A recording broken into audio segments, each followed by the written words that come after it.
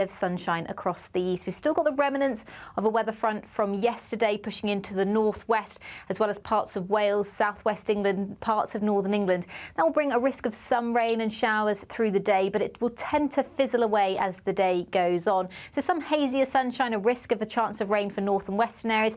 In the east, though, plenty of sunshine, temperatures climbing as high as 29 degrees in the south and east, but quite widely mid to high 20s for many central and eastern areas of England. A little fresher further north and west. We've got quite brisk winds still across the far north of Scotland, and potentially still some quite heavy showers across the Northern Isles, many northern areas of Scotland, in fact, into this evening. I think they will tend to ease as the night goes on, but we've still got that risk across parts of Northern Ireland as well. Northern England staying that much drier as well as Wales, but we've still got the remnants of that weather front I mentioned earlier, bringing cloudier skies to central areas of England. Now, once that weather front does push through overnight tonight, it will turn much fresher. So tonight is going to be a much fresher night than last night. It was quite a mild night last night. So clearer skies developing quite widely across the UK and that cooler air pushing in. Bit of a brisk breeze across the north and west, and further showers will affect western areas of Scotland as well as the Northern Isles. But temperatures in towns and cities in the low teens, but we could be down in single figures rurally across many northern and western areas where we do see the longest lived clear skies. So Thursday looks like another sunny day. It's not going to be quite as warm as today, and across the north and west further showers, but I think the showers will be fewer and further between in Thursday, so many of us will stay relatively dry through the day. In any sunshine, still feeling quite warm, highs of 23 or 24 degrees in the south and east, in the high teens across the north and west. Have a great day. Bye-bye. That warm feeling inside from Boxed Boilers, sponsors of weather on GB News.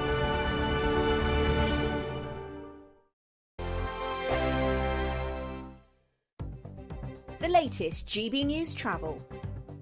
Good morning, I'm Andy Hilbert with the latest on the roads across the UK for a Wednesday morning. The M1 South in Derbyshire, slow due to an earlier broken down vehicle. Junction 25 for Nottingham and Derby to Junction 24 for Nottingham South and East Midlands Airport and the roadworks. Currently in Kent, the coastbound M20, a speed restriction in place due to Operation Brock, where all the freight traffic has to go through the coned area. Junction 8 for Leeds Castle and the Maidstone services to Junction 9 at Ashford. In Hertfordshire, anti-clockwise on the M25, severe delays and 2 lanes closed due to a broken down lorry just before Junction 25 at Enfield. And also as well in Surrey, the southbound M3, slow due to an earlier broken down vehicle from Junction 3 for Lightwater and Bagshot to Junction 4 for the Blackwater Valley route there this morning. And in Warwickshire, the M6 South, all clear now following that accident near to Junction 4A for the M42. That was causing some delays for a time, of course. That's the latest. You can stay up to date throughout the day by visiting our website, gbnews.com. This is GB News, Britain's news channel. Did you know several Paralympic GB track and field athletes aim to go for gold this summer in Paris? So aside from pure talent, a British firm has incorporated, get this, space technology in the materials of running clothes to help athletes perform at their ultimate capacity. I'm not sure if I believe this, but we'll find out in a sec. Trailblazing scientists, engineers and designers at British firm Rheon Labs have taken an idea first used in a NASA project, and they've now developed it for over 15 years at Imperial College in London. First of all, please can you explain to us a bit more about how and what this incredible technology is? Yeah, well, as you mentioned, our founder, Dr. Dan Plant, spent many years developing these kind of dynamic materials. That means they behave in what's called non-Newtonic way. So they don't follow the rules. Effectively, they can change their behavior depending on kind of stress or stretch you apply to it. So what you get on an athlete level, if you imagine you have a garment, it's supercharged. It's such that the garment changes its support depending on your movement or reactivity or the speed at which you run. So you're saying that it generates, what, more sort of kinetic energy, is that right? Not quite. It makes you effectively make more out of your own energy. Spot the athletes with the wavy curves and stripes, you'll see that. So that's super polymer we have in combination with these stripes that are kind of built around the way your muscles moves. You said the difference between first and fourth place is a fraction of a percent. Yeah, that's the very main difference it makes. So even if you manage to kind of make more of your own energy and improve your performance by 1%, that's the difference between podium and non-podium. GB News, the People's Channel.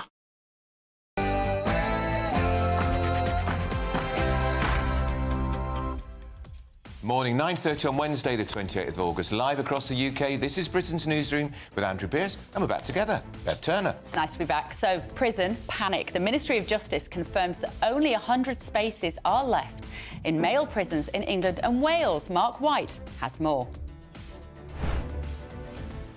Well, not just in prisons, throughout the criminal justice system, there is a deep crisis as the government moves towards the emergency measure of releasing thousands of criminals back onto the streets.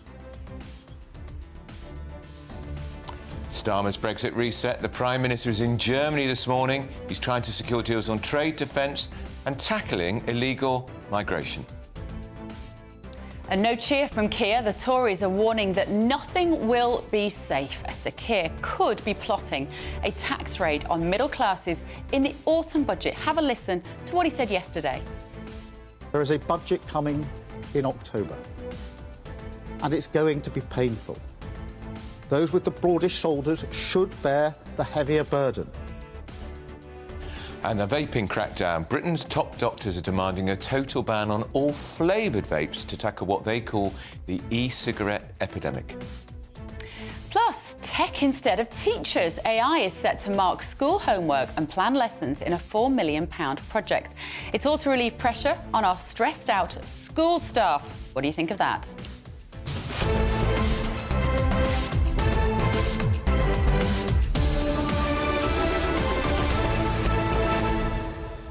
And of course, Starmer's in Germany. But just looking back on what he said yesterday about those with broadest shoulders, this is Starmer, who we know took £20,000 from Wahid Ali, who's worth £250 million, to pay for his suits and spectacles in the election campaign. Yeah. 20,000.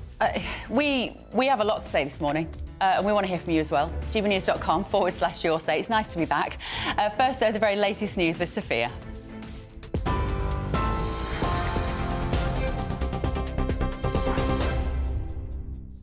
Bev, Andrew, thank you. Good morning. I'm Sophia Wensler with your headlines at 9:30. The Prime Minister is in Germany today for what he said is a once-in-a-generation opportunity to reset our relationship with Europe. Sir Keir Starmer is now meeting with German Chancellor Olaf Scholz to launch negotiations on a new bilateral treaty which hopes to boost business and increase joint action on illegal migration. The Prime Minister has said his two-day trip to Berlin and Paris hopes to turn a corner on Brexit and fix the broken relationships left behind by the previous government. But Conservative leadership candidate Robert Jenrick told GB News earlier the government must not undermine Brexit. I do not want us to do is to undermine Brexit. I want to ensure that we are taking full advantage of the freedoms that we secured as a result of leaving the European Union, and that will mean diverging with Europe, taking a different path at times, because we need to ensure that our business and industry, in particular, the ones that are going to drive growth in the future, like financial services, like tech, like life sciences, can have better and smarter and more nimble regulation than our European neighbours. I worry that Keir Starmer is going to do precisely the opposite to that. In other news, the Israeli military has launched a major operation in the West Bank. Palestinian health officials claim at least 9 people have been killed in the strikes. The Israeli army confirmed today that they have begun what they said was an operation to counter terrorism in Yenin and Tulkarm. And it's been revealed that hundreds of cannabis couriers have been caught trying to smuggle suitcases full of the drug through British airports. The amount seized in the UK has tripled in less than a year. The National Crime Agency says most of the couriers, who can be paid up to £10,000, are being duped by traffickers into thinking the UK authorities are soft on cannabis and will let them off with just a fine. Those are the latest GB News headlines for now.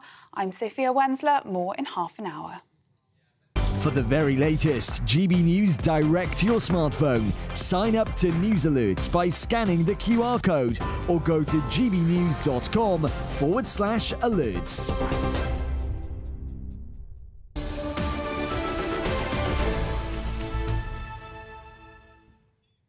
Welcome. This is Britain's Newsroom on GB News, live across the UK with me, Bev Turner, and Andrew Pierce. So we've got the Prime Minister in Germany. He's going to make a 45-minute speech. God help us, because the 20-minute speech yesterday was long enough. He's talking about the EU and resetting our relationship. But I'm still... what he's doing today in Germany is still overshadowed, in my view, by what he said yesterday.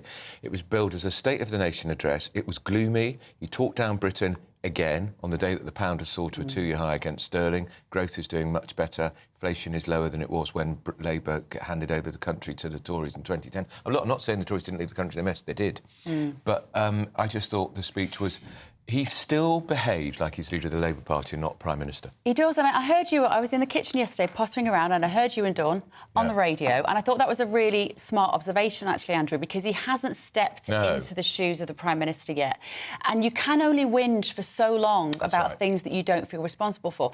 For me, I was desperate for one of the journalists when he blamed the riots on the rise of populism that he said had taken advantage of poor economic situation in his country. I wanted a journalist to say, what do you mean by populism? What do you actually mean when you use that word? Because I think what he's saying is people who like Coronation Street and who might like Donald Trump and who might like, I don't know, GB News. Populism, this idea that, like, the silly people, the thick people, not the intellectual political elite with whom I hang around with. That's what it sounded like to me. I know, but also in that 22-minute speech, he did not use the word immigration once. Now, it is becoming, in my view, one of the biggest issues of the day, and we all know, Bev, but Labour won't talk about it. We're not excusing the riots, of course we're not. They were shocking. They were cretins who were smashing up buildings and trying to burn down libraries, appalling.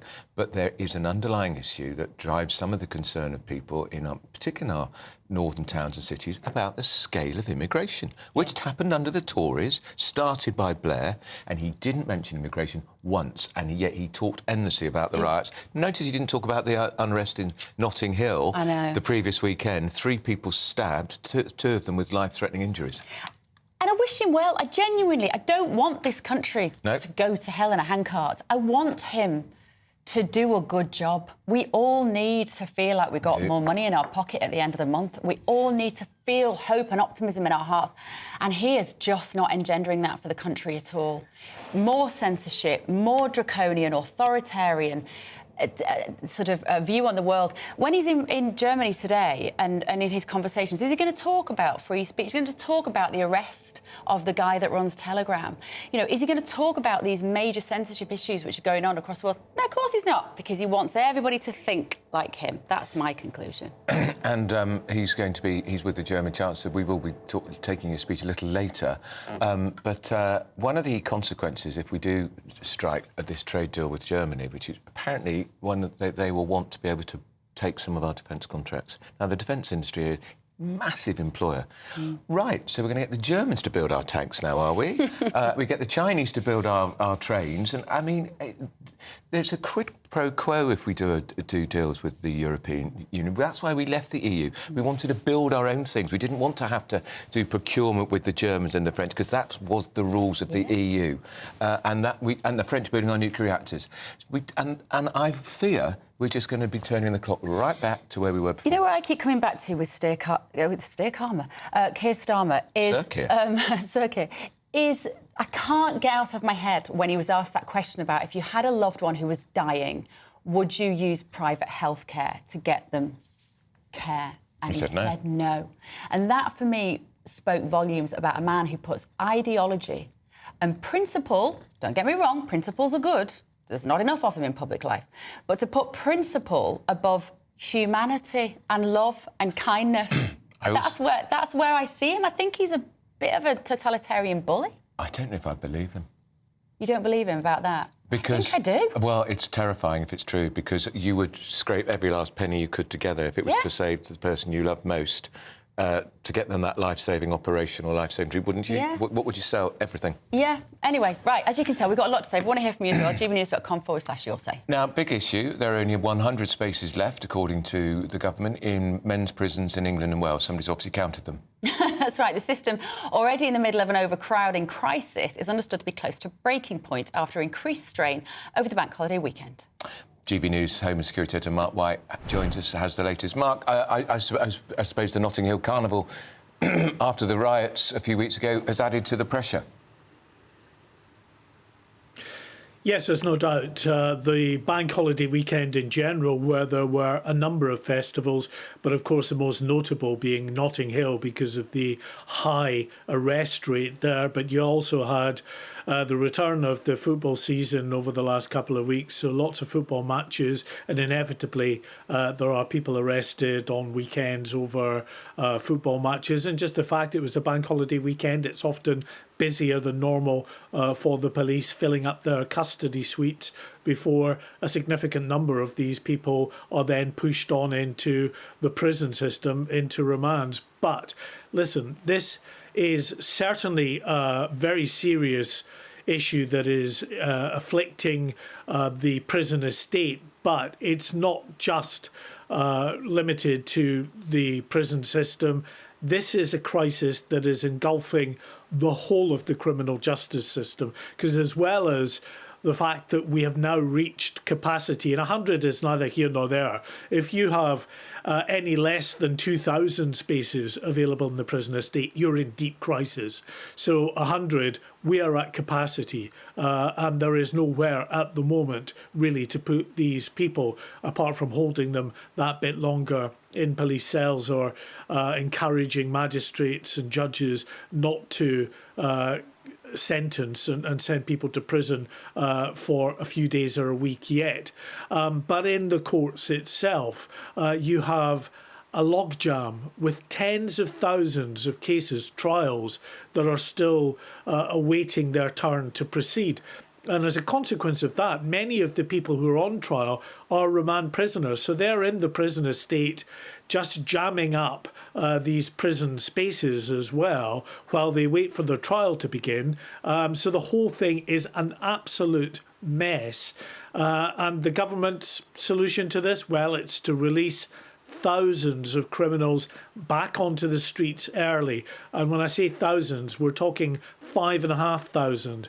People who are being released from prison having served just 40% of their time behind bars as opposed to 50%, which is the norm. And that will inevitably impact communities, because we know that people that are released from prison, the majority of them go on to reoffend within a year or two of release. So a very significant proportion of the 5,500 criminals who are being released back onto our streets will go on to reoffend and blight those communities they're being returned to. Mark, in his speech yesterday, Starmer talked about the horror of having to pore over prison numbers to try and find spaces for the rioters. Has this government got a long-term solution? Is it going to build more prisons, or does it have a more radical idea?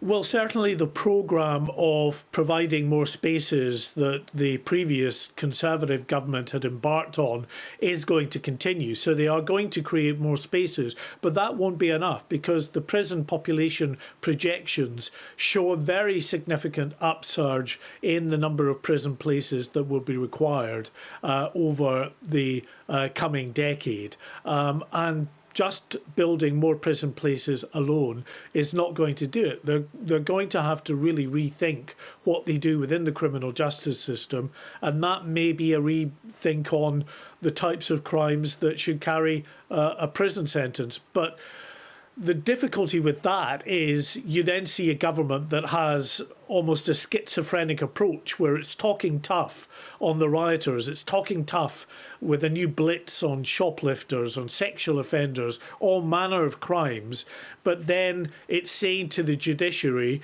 in a lot of these instances, look to alternatives to a custodial sentence to free up places that are needed within the prison estate. Tempus Novo, which is an organisation, and I think we're going to talk to them later in the show. These are the guys who work with prisoners when they're released. And they have remarkable results in terms of reducing reoffending. And they've tweeted just recently saying it's unheard of. We've had lads ringing from inside prisons over the weekend asking for help because they're getting out early. They said they're worried about being released with no plan, no support, no job, and then hearing from fellow prisoners that they can help them. Has Keir Starmer said anything at all about offering support for people who suddenly find, I might say, well, they'd be delighted to be back out and not in prison, I'm sure they are, but you can't just let people go without some sort of wraparound? Because that's when you get the reoffending. Well, the Ministry of Justice has touched on this and said that, you know, there wasn't an immediate release when this new policy was announced over, 2 months ago now, because they had to put the preparations in place. And that is, as you say, the wraparound services of providing care in probation hostels, probation officers to look after individuals to show that they are on a path that steers them away as much as possible from reoffending. Electronic tags and the like, all of these things will be required 5,500 times over. So it's a very significant ask for the probation service at a time when it, like other parts of the criminal justice system, is just stretched to breaking point. So there's no easy solutions to this at all.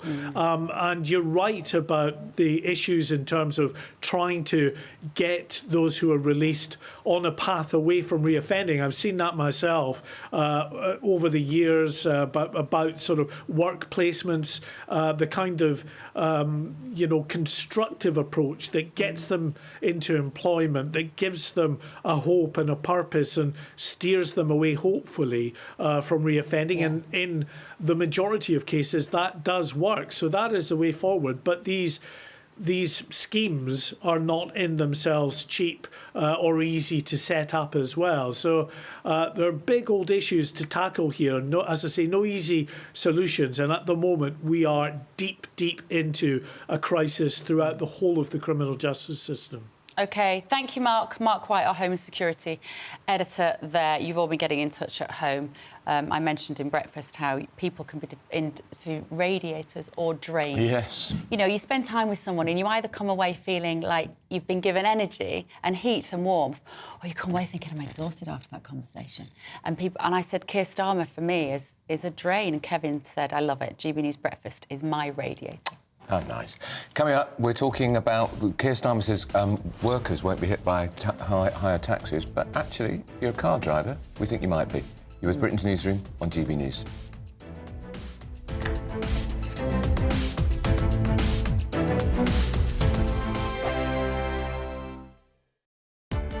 Welcome to State of the Nation, daily plunge into the stories shaping our country. I'm Jacob Rees-Mogg, and Monday to Thursday we bring you the insights, the facts, the truth about how our country is being governed. Because what happens in Downing Street matters down your street. Tune in to State of the Nation every Monday to Thursday, 8 to 9 o'clock. Only on GB News, the People's Channel, Britain's news channel. This is GB News, Britain's news channel. It'll be back to school for many kids in the coming weeks, and my boy Jude starts school for the first time in a few weeks. Kate Stewart, who's a Liverpool entrepreneur, has just launched her annual school uniform appeal. It's an incredible initiative she set up a few years ago to ensure those who couldn't afford school uniforms for their kids can now access uniform for free. And we're delighted to be joined by Kate now. Was there any particular reason you decided to do this and help other families in the way you are? Every child should walk through the doors in September ready to learn, focused on their learning and education, not thinking about what they're wearing or that their pants have got holes in or they haven't got brand new jumpers on. You posted something on your social media, this incident with the Asda skirt. Somebody was not allowed to wear a skirt that looked similar to the uniform but was from Asda to help with the costs. I've campaigned tirelessly about this. Uniforms are put in place so everybody is the same. Children are the same as their peers. No designer wear is allowed, which I agree with. But schools are making their uniforms designer by insisting that their logo must be on the uniform. Now, a uniform from a supermarket can cost £20. Children fall over, they get holes in the pants. You can go to Asda and buy a new pair of pants for £3. When they've got the logo on, you're looking at £20. Stop the logos. Let's go back to basics. A school uniform consists of grey pants, a white shirt, a red, green, whatever colour cardigan, and make it accessible for families. If the schools want the logos on, then give it to the families to iron on or sew on. That's fine. Oh, so go onto my Instagram. It's Kate Stewart Life. The link's in my bio. And please give what you can. The price of a cup of coffee will make a massive difference. GB News, the People's Channel. Join me, Camilla Tominey, for a frank and honest discussion with those in power that cuts through the spin and gets to the heart of the issues shaping our nation. You haven't confirmed that you want to stand as leader, but you haven't ruled it out either. This report basically says that he's not fit to stand trial. Is he indecisive? Incompetent? I deliver the dose of reality Westminster needs. That's the Camilla Tominey Show at 9:30 every Sunday on GB News, the People's Channel, Britain's news channel.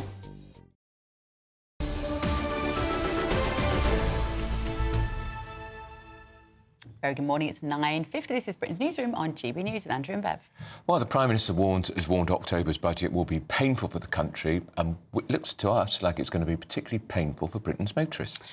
So Keir Starmer stressed there'll be no increase in income tax, VAT or national insurance, but it looks like they're going to try and raise that money by increasing fuel duty. Well, let's talk to Howard Cox, a great friend of this programme, who is, of course, the founder of Fair Fuel UK, his very successful campaign. Howard, morning to you.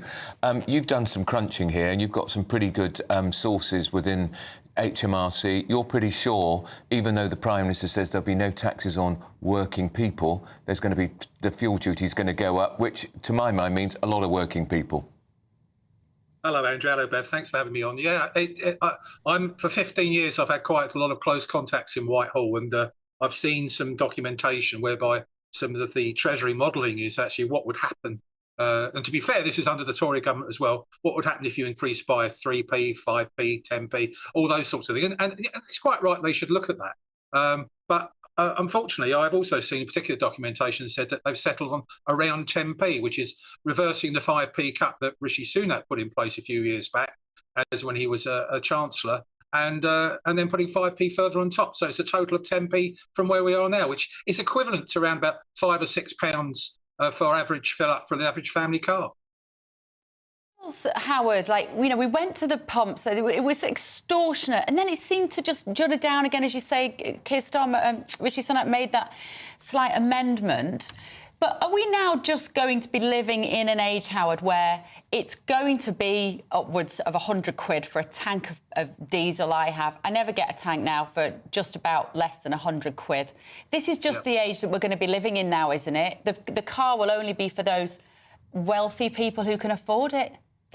Well, yeah, and unfortunately, it's going to hit quite rightly what Andrew made the point, working people, but low-income families, people who have to go to hospital, people who can't use a public transport because there isn't anything around, particularly in areas outside urban conurbations. The thing is, the point is this government fundamentally is anti-driver, and they are looking at the success, and I hate to say this, of Sadiq Khan in London, now in his third term, with ULEZ, and tomorrow is the ULEZ anniversary of the extension to the M25. And I'm writing some articles in the papers for that tomorrow. But I'm seeing so much more of that right across the country, local authorities and obviously national government saying, hey, where can we get some quick cash? And guess where it's coming from? Drivers. So when they say the success of ULEZ, that's how they would define it. Maybe not publicly. They may not define it as a success because it's a fantastic generator of income from tickets that people don't know they're actually getting. But how else are they selling it as a success, Howard?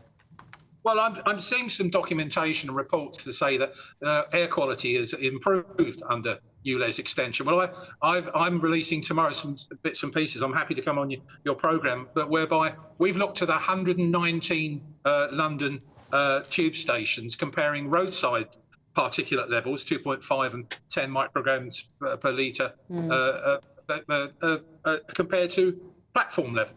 And I'm afraid the platform level is still around about 17 times more polluting at roadside level. And get this, we did this last July and August in 2023, and we've just done it in 2024, July, August, the same stations. And the ULEZ extension areas, tubes in the ULEZ extension or expansion area, have gone up 3%. Unfortunately, we can't expand this interview, though, Howard. We need to go. We've been beaten by the clock. Always good to see you. Here's your weather. A brighter outlook with Box Solar, sponsors of weather on GB News. Good morning. Welcome to your latest GB News weather update brought to you from the Met Office. Through today, it will feel very warm, if not hot for some of us. Sunny spells for many north and western areas, but plenty of long-lived sunshine across the east. We've still got the remnants of a weather front from yesterday pushing into the northwest, as well as parts of Wales, southwest England, parts of northern England. That will bring a risk of some rain and showers through the day, but it will tend to fizzle away as the day goes on. So some hazier sunshine, a risk of a chance of rain for north and western areas. In the east, though, plenty of sunshine, temperatures climbing as high as 29 degrees in the south and east, but quite widely mid to high 20s for many central and eastern areas of England. A little fresher further north and west. We've got quite brisk winds still across the far north of Scotland and potentially still some quite heavy showers across the Northern Isles, many northern areas of Scotland, in fact, into this evening. I think they will tend to ease as the night goes on, but we've still got that risk across parts of Northern Ireland as well. Northern England staying that much drier as well as Wales, but we've still got the remnants of that weather front I mentioned earlier, bringing cloudier skies to central areas of England. Now, once that weather front does push through overnight, tonight it will turn much fresher. So tonight is going to be a much fresher night than last night. It was quite a mild night last night. So clearer skies developing quite widely across the UK and that cooler air pushing in. Bit of a brisk breeze across the north and west, and further showers will affect western areas of Scotland as well as the Northern Isles. But temperatures in towns and cities in the low teens, but we could be down in single figures rurally across many northern and western areas where we do see the longest lived clear skies. So Thursday looks like another sunny day. It's not going to be quite as warm as today, and across the north and west further showers, but I think the showers will be fewer and further between in Thursday, so many of us will stay relatively dry through the day. In any sunshine, still feeling quite warm, highs of 23 or 24 degrees in the south and east, in the high teens across the north and west. Have a great day. Bye-bye. That warm feeling inside from Boxed Boilers, sponsors of weather on GB News. The latest GB News travel. Hello, good morning. I'm Andy Hilbert with the latest on the roads across the UK for a Wednesday morning. In West Yorkshire, the northbound M1, the earlier broken down vehicle has gone. Junction 41 at Cargate to junction 42 for the M62 at Lofthouse. Currently at the moment in Bedfordshire, the southbound M1, long delays due to an earlier police incident. Junction 10 for the Luton Airport Spur Road to junction 9 at Redbourne, causing queues to junction 11A at Luton North this morning. And of course in Kent at the London bound M2, we've got a lane closed due to a vehicle having its tyre changed. That's junction 6 for Faversham, round to junction 5 for Sittingbourne and the Stockbury roundabout. Also in Kent, the coastbound M20, that speed restriction in place due to Operation Brock. That's going to affect you from junction 8 for Leeds Castle and the Maidstone services to junction 9 at Ashford, of course. There's also been a lane closure in Kent on the coastbound M20 on the exit slip due to a broken down vehicle at junction 5 for Aylesford this morning. Across the UK, you're up to date. You can stay up to date throughout the day by visiting our website, gbnews.com. It's the final week to see how you could win an incredible £30,000 in cash.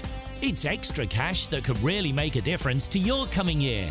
You could find yourself on that holiday you've always wanted to take, buy that treat that always seemed out of reach, or just send some of those day-to-day financial stresses packing. Time is ticking. Get your entry in now.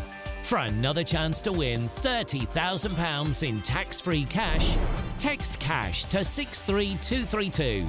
Text costs £2 plus one standard network rate message. You can enter online at gbnews.com/win. Entries cost £2. Or post your name and number to GB07, PO Box 8690, Derby DE1 9TT. UK only. Entrance must be 18 or over. Lines close at 5 p.m. on the 30th of August. Please check the closing time if listening or watching on demand. Good luck. If you want your news to be straight talking... This is a nightmare for the Conservatives again. Down to earth. It's not just Nottingham where this is happening, is it? And most importantly, honest. Hard-working, middle-class taxpayers, they'll get their book thrown at them. Then catch me, Martin Daubney, Monday to Friday, 3 till 6 p.m. on GB News, Britain's news channel. I'm Tom Harwood. This is GB News, Britain's news channel. Hi there, I'm Michelle Dewberry and I'm going to take a second to tell you all about my show, Dubes & Co. We start off with the issues of the day. We then bring in both sides of the argument. We get rid of the disrespect And then you throw me into the mix, and trust me, I'll tell it exactly how it is. And then, of course, the magic ingredient, you at home. We mix it all together, and what have we got? In my opinion, the best debate show in town. Monday to Friday, 6 till 7 on GB News, Britain's news channel.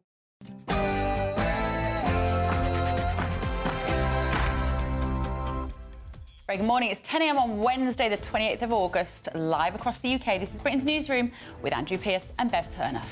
Panic in the prisons. The Ministry of Justice has confirmed there are just 100 spaces left in male prisons in England and Wales. And is this Starmer's Brexit reset? The Prime Minister is in Germany this morning, hoping to secure deals on trade, defence and tackling illegal migration. Christopher Hope is in Berlin. So Keir Starmer is here in Berlin to discuss a new treaty with the German government. But is he starting to unwind that vote from 2016, Brexit? Well, he'd love to, of course. And is there trouble in paradise? Because Prince Harry is to go on a 2,000-mile trip without his wife. We'll have the latest. And a vaping crackdown, I hope so. Britain's top doctors are demanding a total ban on all flavoured vapes to tackle what they call the e-cigarette epidemic. We've been calling it that for a while too. Certainly have. And apparently, 1 in 2 lesbian, gay, bisexual and trans people say they're being bullied or harassed at work. Well, have you experienced this or witnessed this in the last 12 months?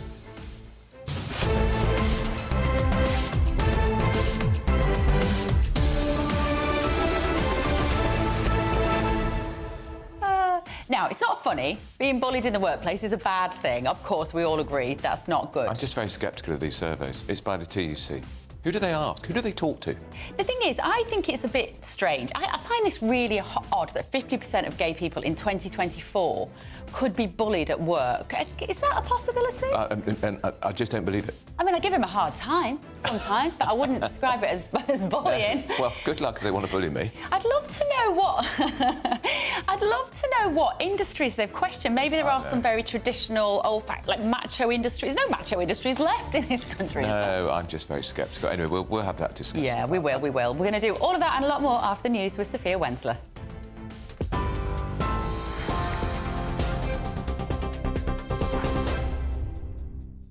Bev, thank you. Good morning from the GB Newsroom at 10:02. Your headlines. Some breaking news to bring to you. A man has now been charged with attempted murder over the stabbing of a mother at Notting Hill Carnival. 20-year-old Shakil Thibu will appear in court this morning, charged with the attempted murder of the 32-year-old woman who was attacked while with her young child. 2 other men have been charged in relation to the same incident. The 3 men are brothers. In other news, the Prime Minister is in Germany today for what he said is a once-in-a-generation opportunity to reset our relationship with Europe.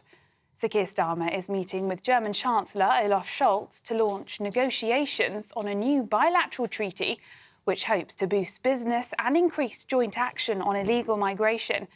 The Prime Minister is on a 2-day trip to Berlin and Paris to turn a corner on Brexit and fix the broken relationships left behind by the previous government. But Conservative leadership candidate Robert Jenrick told GB News earlier the government must not undermine Brexit.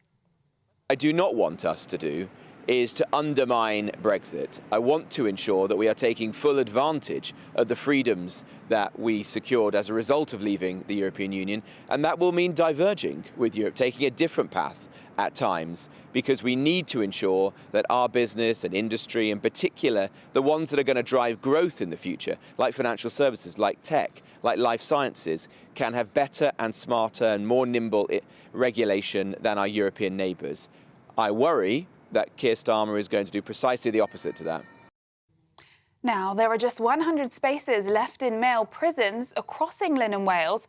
That's according to the Ministry of Justice. With reports, this is the closest the system has come to running out of places. It comes after the activation of Early Dawn, where defendants in active court cases are kept in police cells until standard prison spaces open up.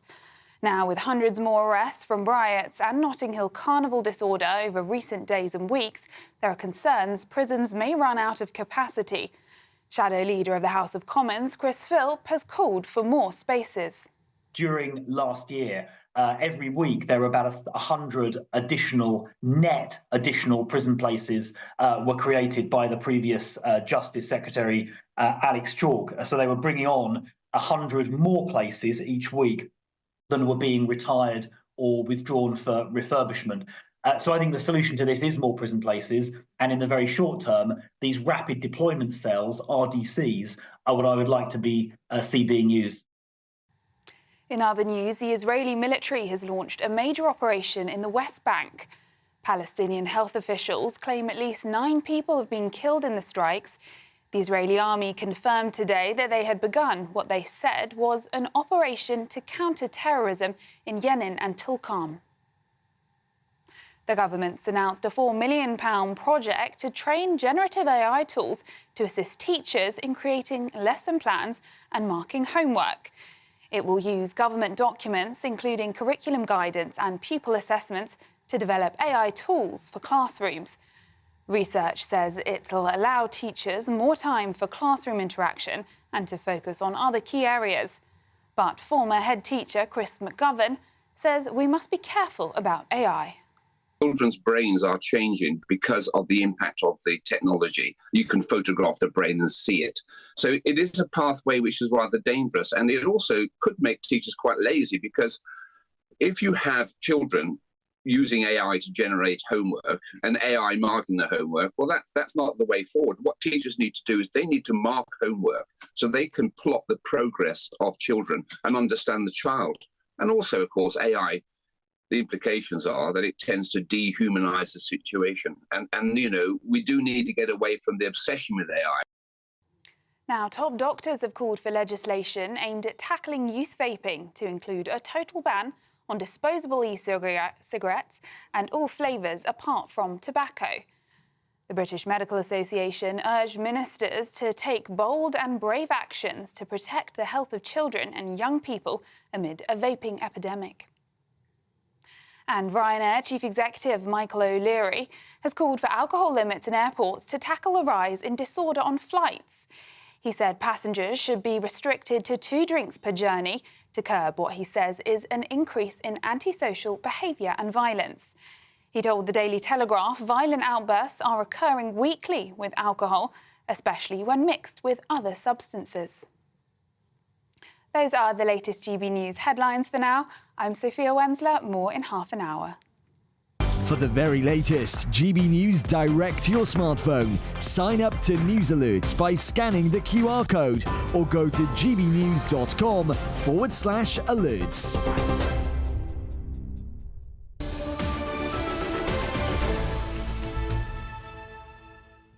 Welcome back to Britain's Newsroom. We've got a lot of catching up to do. We've both been away on our holidays. This is, of course, Bev Turner and Andrew Pearce. Well, the Prime Minister is in Germany this morning. He's with Olaf Scholz, that is the German Chancellor. They're talking about resetting Britain's relationship with Germany post-Brexit. So we're going to go live to our political editor, Christopher Hope, who's there in Berlin with them all. Chris. Morning both. Morning Andrew, morning Bevan. Great to see you back together again. Yeah, I'm here in Berlin waiting for Olaf Scholz and Sir Keir Starmer's press conference starting in about an hour's time. He's here, Sir Keir Starmer, to sign a treaty, or to agree the start of terms of a treaty with the German government, which should be signed in about 6 months' time, looking at market access, critical science, innovation, supply chain resilience, and so it goes on, trade across the North Sea, and crucially, tackling illegal migration. This is a model, we're told by Sir Keir Starmer's team, that'll be echoed around the European Union. Lots more of these bilateral trade deals with other countries, starting with the biggest one, Germany, to try and strengthen the UK's relationship with the EU member states. It won't touch the European Union. That connection is built into that treaty agreed by Boris Johnson. The single market won't be touched, we're told, and the customs union.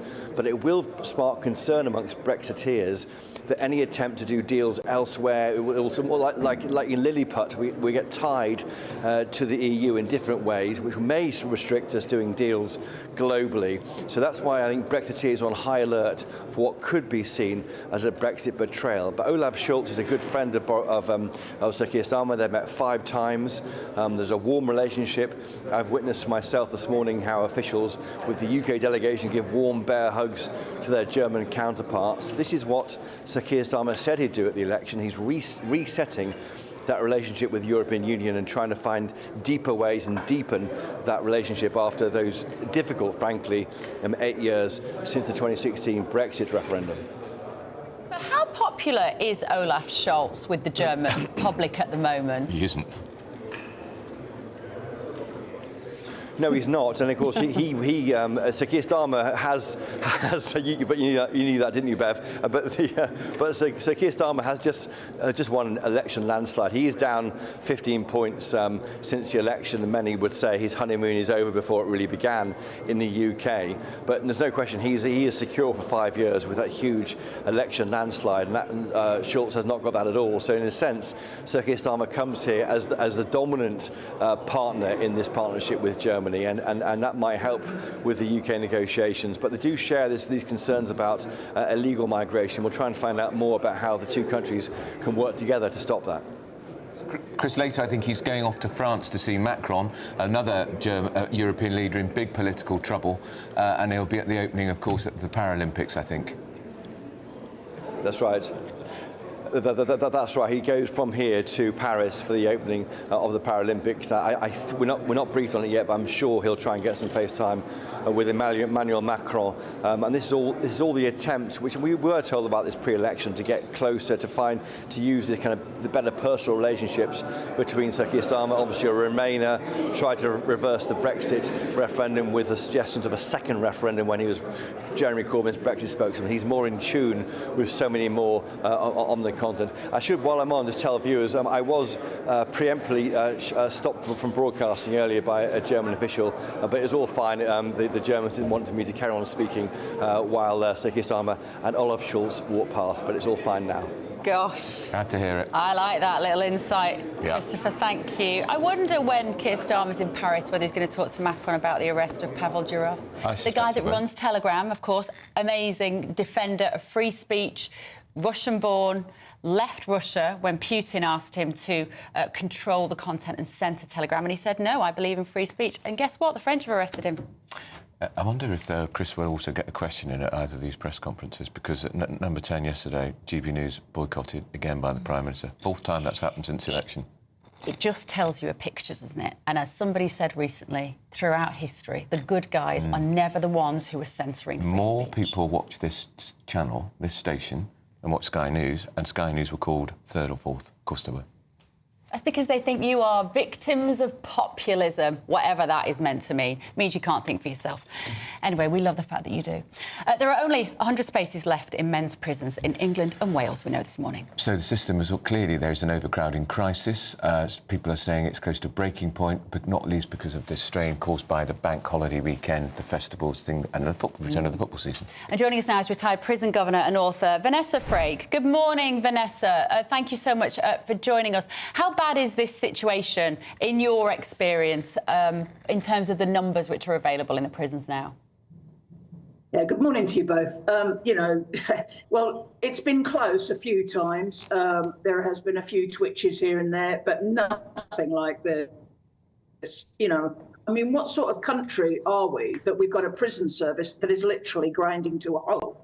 I mean, it's just absolutely ridiculous. And, you reap what you sow. If you don't invest in your public services, if you don't have enough staff, if you have overcrowding, if you have old dilapidated buildings that are no longer fit for purpose, then you end up like this. And unfortunately, that's a very sad state of affairs. The last Justice Secretary, Alex Chalk, as I recall, Vanessa, you'll know this better than me, was bringing about 100 places back a week or every 2 weeks because renovation work that was to be due to take place, because clearly they were dilapidated cells, was being delayed. Is that a potential solution or not? The problem is the staffing of it. Right. if cells are out of order, then you put the quick fix cells together, and you can move your staff from those cells over to the quick fix ones. But if you're expecting to put quick fix ones and bring back cells online, then you have no staff. The prison service is frankly like devoid of any staff at the moment. We've got a very high turnover of staff who are poorly trained, inexperienced, trying to run our prison system. And, I can only imagine the issues that they are facing with the overcrowding as is, much less to the point where, the system grinds to a halt. Vanessa, what do you make recently, particularly in the wake of the riots, the number of people that have been banged up for writing stupid, potentially incendiary things on the internet? We've had an unprecedented number of people. The one that sticks in my mind is the 55-year-old mother, carer for her husband, who's got 15 months in prison for admittedly writing something stupid and angry and pretty vile on Facebook, but admitted straight away that she did it in haste and she regretted it and deleted it. Should that kind of person, in your opinion, be in prison? No, absolutely not. She made a stupid mistake. She made a stupid comment. First-time offence. Yeah. Interestingly, women are twice as likely to be jailed for a first-time offence than males. But I think she'd have been far better off serving a sentence in the community and probably working with the Muslim community and talking to them and actually understanding the impact of her stupid statement. Yeah. And the irony is, of course, the Prime Minister was talking in his speech yesterday, Vanessa, about the horror of having to try and find spaces in prisons for people involved in the riots. And we know the prison system, the courts were responding to his demand for tougher sentences. So, ironically, that woman is in prison because of the Prime Minister's rhetoric. Yeah, absolutely. Yeah. Yes, but you can't have one rule for one and one rule for another, can you? Are they going to say the same thing about the arrests at the weekend? I highly doubt that. Are they going to be fast-tracked? I highly doubt that. That only causes division in our country. That itself creates disturbances and riots and things like that. We always knew that the bank holiday was going to be a difficult time. Because of various things going on around the country, but actually, it was doubled, trebled, and then quadrupled by the recent disturbances. So, nobody thought of that. But this isn't a new thing. This has been, people have been successive governments have been warned and warned and warned again about the lack of prison spaces, the lack of staff, the overcrowding. And just nobody has done anything about it. And, today we are where we are. Thanks, Vanessa. Lovely to see you. Retired prison governor and author Vanessa Frake there. He's a victim of his own rhetoric, isn't he? Yeah, he is. Starmer. This is the trouble. If you're always putting ideology above common sense and also above humanity, you end up making stupid mistakes. And he didn't even mention what happened in Notting Hill this weekend. Over 300 arrests. He won't. Civil disorder. So 3 people seriously stabbed. Yeah. One person having charged with attempted murder. Not a word about that. Why? Because in case he's accused of what? Being racist? What is it? What is it that goes on in his mind that he won't say those things? Two-tier Kia, remember? Two-tier Kia. It's becoming more... That label is sticking, isn't it? Right, up next, Ryanair boss Michael O'Leary has called for a 2-drink limit law change to stop violence on flights. That's at the airport, of course. I'm guessing that means you can still buy plenty of booze on his aeroplanes. Yes, Call me cynical. Yeah. This is Britain's Newsroom on GB News.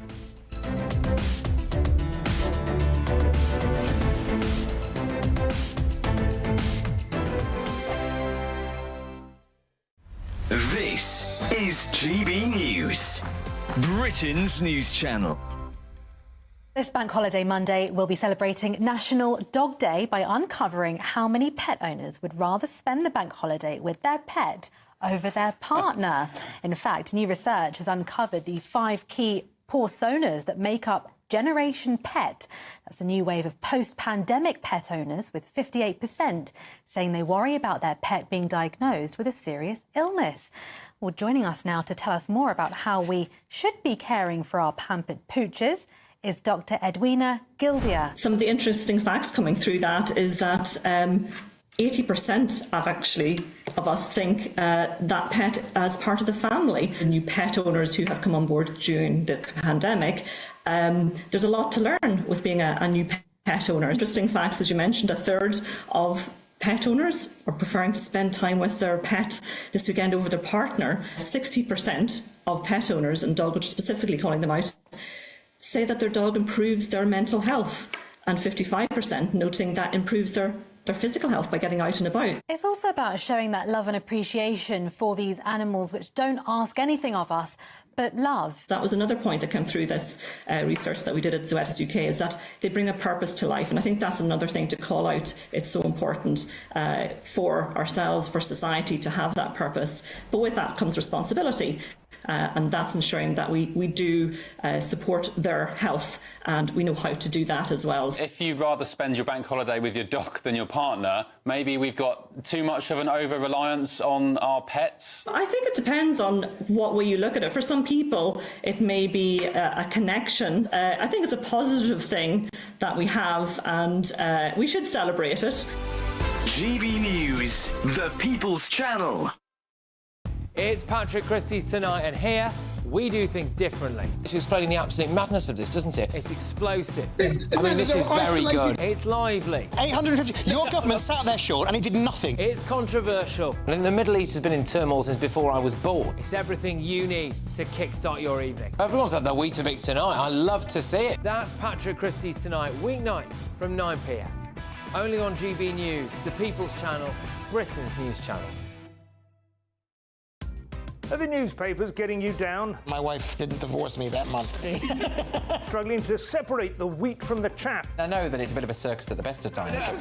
Well, don't worry. Headliners has got you covered. We'll take the burden of reading the day's news, and if we get depressed, who cares? It's an occupational hazard, frankly. That's Headliners on GB News from 11 p.m. till midnight, and the following morning, 5 till 6 a.m. on GB News, the comedy channel. Nah, just kidding. Britain's news channel.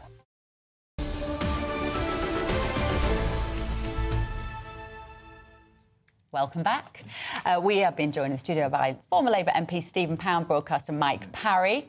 Now, Mike, yes. Oh, look at that. It's a bit sort of spiritual, wasn't That's it? how I feel. Yeah, as we go into the next dimension. I'm a little blurred. Which is actually the perfect place to move to you, because we read that you were on the list for a heart transplant. I was, yeah. Have it? No. Because they couldn't find a heart? No heart? I was in Harefield Hospital, and I was inpatient for 3 months, and then for the next 4 months waiting for a heart transplant. No. Then I had to go back into hospital because I deteriorated. But after another month, I said, Doc, how long is this going to take? And they said, how long is a piece of string? I said, right, I'm going. And they said, we can't guarantee you'll survive if you leave. And that was 20 years ago in 2004, yes. And when I got home, ambulance took me home, I couldn't walk 5 yards, but I had 10,000 letters and cards from TalkSport listeners saying, hope you get better soon. And the postbox was 100 yards down the road. It took me 10 days to be able to get to the postbox by doing a few yards more every day. And I self-cured myself, and 2 years later ran the Great North Run. That's amazing. Yes. That is amazing. And I'm a medical miracle, literally, because hearts don't generally improve like that. And Sven-Goran Eriksson wrote to you about this, didn't he? Well, I was in hospital at the time, and I was doing an awful lot of work, obviously. I used to cover every England match, home and away and all that. Got to know Sven very well. So I was rushed into hospital quite suddenly, and he asked somebody at an England press conference, where's Mike? And somebody said, I'm afraid he's had a bit of a setback. Oh, what is it? He's been rushed into hospital, and he's been diagnosed as having acute heart failure. He needs a heart transplant. Really, where is he? I was in Harefield Hospital. The following day, a messenger turned up with a shirt, an England shirt. And I don't know if you've got a picture of it, but if you look at bottom right, if you look at bottom right on that image, it says, to Mike, get well soon, best wishes, Sven-Goran Eriksson. But then he got the rest of the squad, this is in 2004, to sign the shirt. Nice, he sent it to me. It was absolutely amazing. And what you see there is the shirt in a frame, which now hangs on my wall at home. What a nice bloke. We're talking about this, of course, because sadly Sven-Goran Eriksson passed away at the weekend, and you have a bit of of history with him as well. Yeah, isn't it interesting how everybody says the same thing? What a thoroughly decent gentleman he was, and how he actually drew out the best in footballers. But he and I used to do quite a few fundraisers together, and we'd auction shirts and things like that. And there's one, and I think there's a picture lurking around there somewhere, where we're doing it. There's Nancy and Mrs. P and him, and he had these two balls that he was actually going to auction, and he passed me. He said, "I'd like you to hold these in front of yourself, Stephen, please." So, if you look at and they're two little balls in a bag. Well, indeed. So, I think we have it, but if you, I don't know, we can maybe see it here. So. It just shows that the Swedes do have a sense of humour. Unfortunately, the photograph has now been, for all time, Sven-Göran Eriksson, me, and two extremely large globes at groin height. Yes. And you liked him as well. He was really nice. The guy, he was if you read absolutely... the pictures about him, nobody had a bad word. Well, on those particular fundraisers, it was after Japan, and we're talking about, because it was at the House of Commons, and somebody said, "Oh, by the way, Sven, you know, I'm sure you'll be getting paid." He said, "No, I won't take any money for this." And it's for the Footballers Benevolent. And he was just a genuinely sweet guy. I mean, he had a fairly average, I think he won about 54% of the games. Well, we never got further than the quarter-final in a major competition, unfortunately, so to that extent. But the players loved him. You know, I knew a lot of the England players. I wrote Joe Cole's book. Joe Cole got most of his caps under Sven-Göran Eriksson. He said he was just a delight to work with. David Beckham loved him. Beckham's tribute was very moving. Beckham used to say to us, you know, he's so passionate, he's so intense, he knows the game so well. And that can steer a footballer's career. One of the next England managers was Fabio Capello, OK? He couldn't speak English, he was an authoritarian, he used to shout at the players, and they never got anything out of them. Presumably they didn't know what he was shouting. No, they didn't. No, they didn't. And isn't it interesting? Here's Sven-Göran Eriksson's last words were, "Look, don't mourn. You know, I've had a good life." And there's a lovely story about an England footballer, you'll know who it was, who was sitting at 10 o'clock in the morning by the swimming pool. And Sven turns up with a bottle of champagne and a couple of glasses. And he says, well, what are we celebrating? Life. Oh, I love that. Love that. Right, let's move on. Let's talk about Ryanair boss Stephen Cook. Talking champagne. Two limits law. Yeah. This is about the law should change so that if you're at the airport, you shouldn't be able to have more than 2 drinks before you get on a plane. Yeah. Well, how on earth are they going to enforce it? Quite.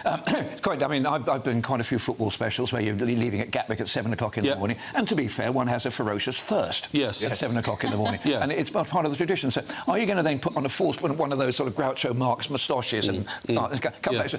No, I've not been here before. I'll have another 6 pints, please. Quite. But what this is all about, you know, and I know. Ryanair squeeze the dollar from every. So you look at the price of a can of beer on a Ryanair flight, and then ask yourself, why do they want us to buy it on the plane instead of in the airport?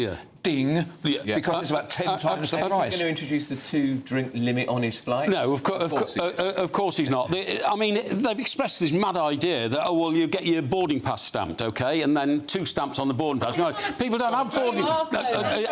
Exactly, but the other thing that really amuses me is he's up against Tim Martin, right? Tim Martin runs Wetherspoons. The biggest Wetherspoons in this country are Stansted Airport and Gatwick Airport. And if you've ever been to Gatwick at 4 o'clock in the morning, as I have, it is, I mean, the most active pub in the world. And the idea of telling people when they've just got stuck into their bacon and eggs and they want their 3rd pint, you can't have one, is nonsense. 4 o'clock in the morning? Yeah, 4 o'clock in the morning. It makes you proud to be British. It does, I have to say, like, in his defence, we are seeing, and he says weekly now they're having... That's a different matter, though, isn't it? On their air stewards on the airplane. So I kind of understand we have to have a conversation with it. But can you believe how easily we now talk about banning things? I agree. Or restricting a human being from I agree. But the airport authorities have commented on this and said, I think he might be confusing it with the number of people who are under the influence of drugs these days when they're coming to airports rather than just drink. And I've always said that you need one spotter at the gate who can pick out the person who shouldn't be fit to get on the aeroplane, because we all know a drunken passenger is a liability in an aircraft, so they should take it very seriously, but not to the nanny state effect where you've only had 2 drinks. Well, beware of hen parties on planes, I always say. When you get on a plane and there's a hen party in front of you there, you know, they're all dressed up as Smurfs or lady police officers dangling handcuffs. we're going to get diverted to Reykjavik. Absolutely. Can we just do this story about these 4 people jailed after forging marriage documents, an organised criminal gang? So people could stay in the UK illegally. What happened? Well, you see, this has been going on, hasn't it, for about 50 years, hasn't it? Isn't this the biggest racket in the illegal immigration industry? And I'm just surprised they found them, because one of the biggest problems we've got with immigration in this country is the black economy. And people coming here, no documents, no identification, disappear in the black economy. How do they identify these people as being illegal anyway? I just don't understand it. Because I don't know if you've ever seen a forged UK passport, but it is brilliant. I mean, the people who make them are absolutely expert at making them. So, A, I applaud them for doing it, but B, I would say it is the tip of a huge iceberg of illegal immigration in this country, which needs to be looked at. And frankly, I think this is at the lower end of concern. Well, when the EU was enlarged, we had a huge problem, certainly in my part of the world. We had these phony weddings, and the registrars in Ealing always asked questions now. Because what used to happen, some Polish woman would turn up with a guy wearing trainers and shorts, and they'd never met each other in their life before. By the way, what's your husband's name? What's your name? It is a dreadful scam. The other thing is, of course, this one is, I think that they've identified 2,000 phony certificates.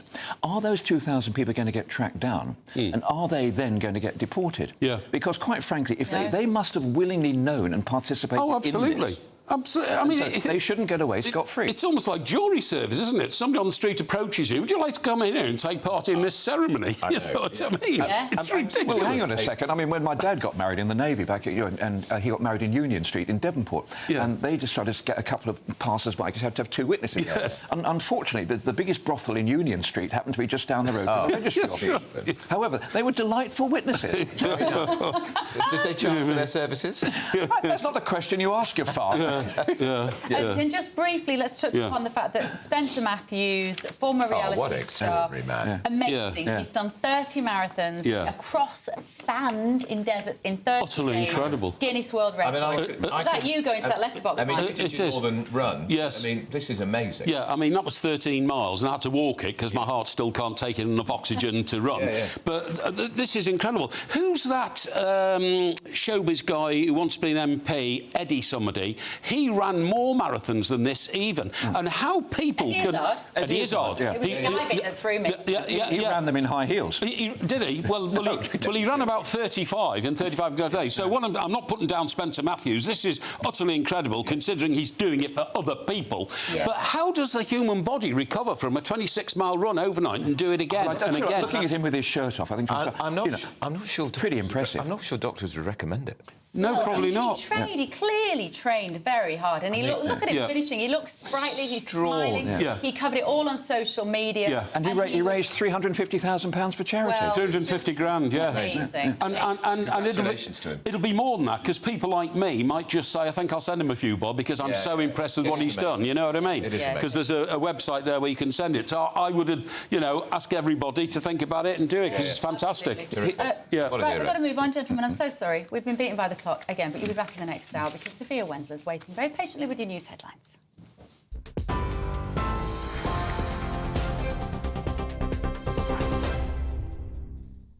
Bev, thank you. Good morning from the GB Newsroom. At 10:32, your headlines. The Prime Minister is in Germany today for what he said is a once-in-a-generation opportunity to reset our relationship with Europe. Sir Keir Starmer is meeting with German Chancellor Olaf Scholz to launch negotiations on a new bilateral treaty which hopes to boost business and increase joint action on illegal migration. The Prime Minister is on a 2-day trip to Berlin and Paris to turn a corner on Brexit and fix the broken relationships left behind by the previous government. But Conservative leadership candidate Robert Jenrick told GB News earlier the government must not undermine Brexit.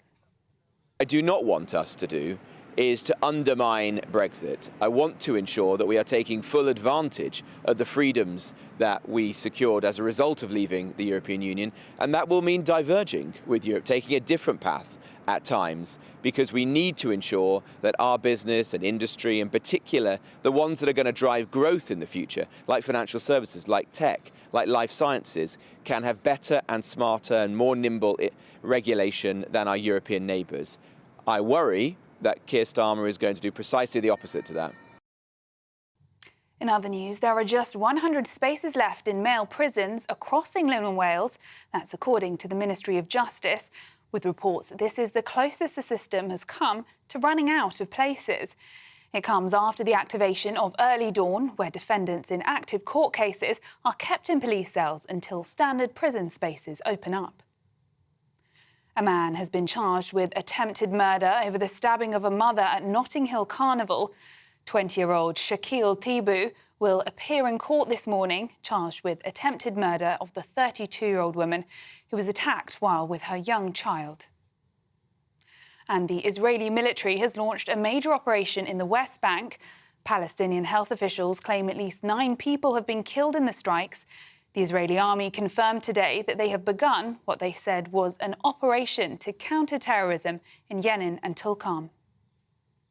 Those are the latest GB News headlines for now. I'm Sophia Wensler. More in half an hour. For the very latest GB News direct to your smartphone, sign up to News Alerts by scanning the QR code or go to gbnews.com/alerts. Cheers Britannia Wine Club proudly sponsors the GB News Financial Report. And here's a quick snapshot of today's markets. The pound will buy you $1.3231 and 1.1876 euros. The price of gold is £1,896 and 10 pence per ounce. And the FTSE 100's at 8,342 points. Cheers Britannia Wine Club proudly sponsors the GB News Financial Report.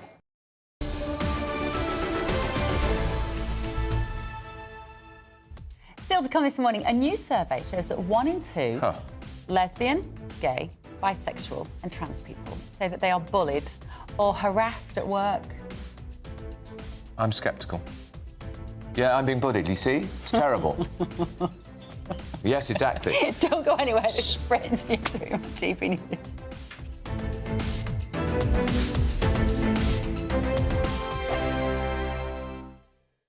Good morning. Welcome to your latest GB News weather update brought to you from the Met Office. Through today, it will feel very warm, if not hot, for some of us. Sunny spells for many north and western areas, but plenty of long-lived sunshine across the east. We've still got the remnants of a weather front from yesterday pushing into the northwest, as well as parts of Wales, southwest England, parts of northern England. That will bring a risk of some rain and showers through the day, but it will tend to fizzle away as the day goes on. So some hazier sunshine, a risk of a chance of rain for north and western areas.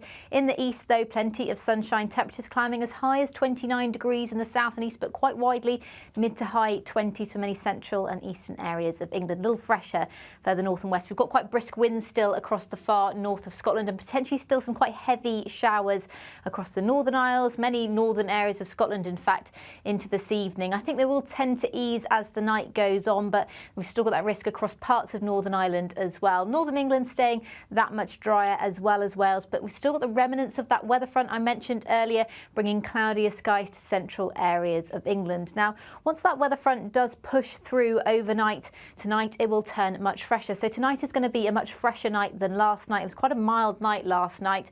So clearer skies developing quite widely across the UK and that cooler air pushing in.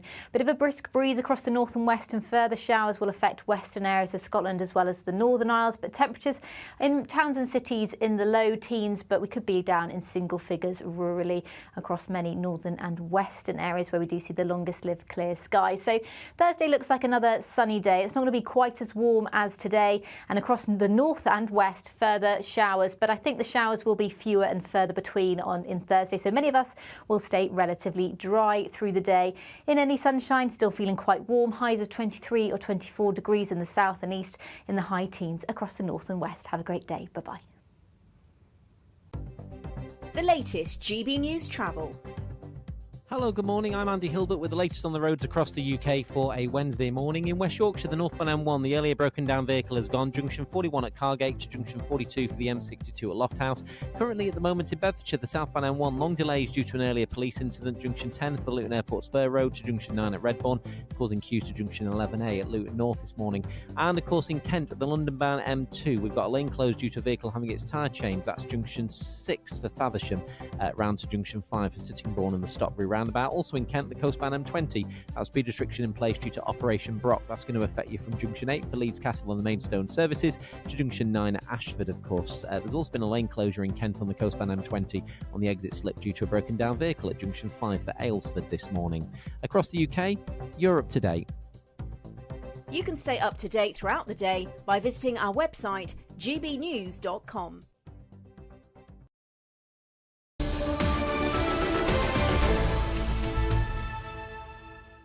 .39, this is Britain's Newsroom on GB News.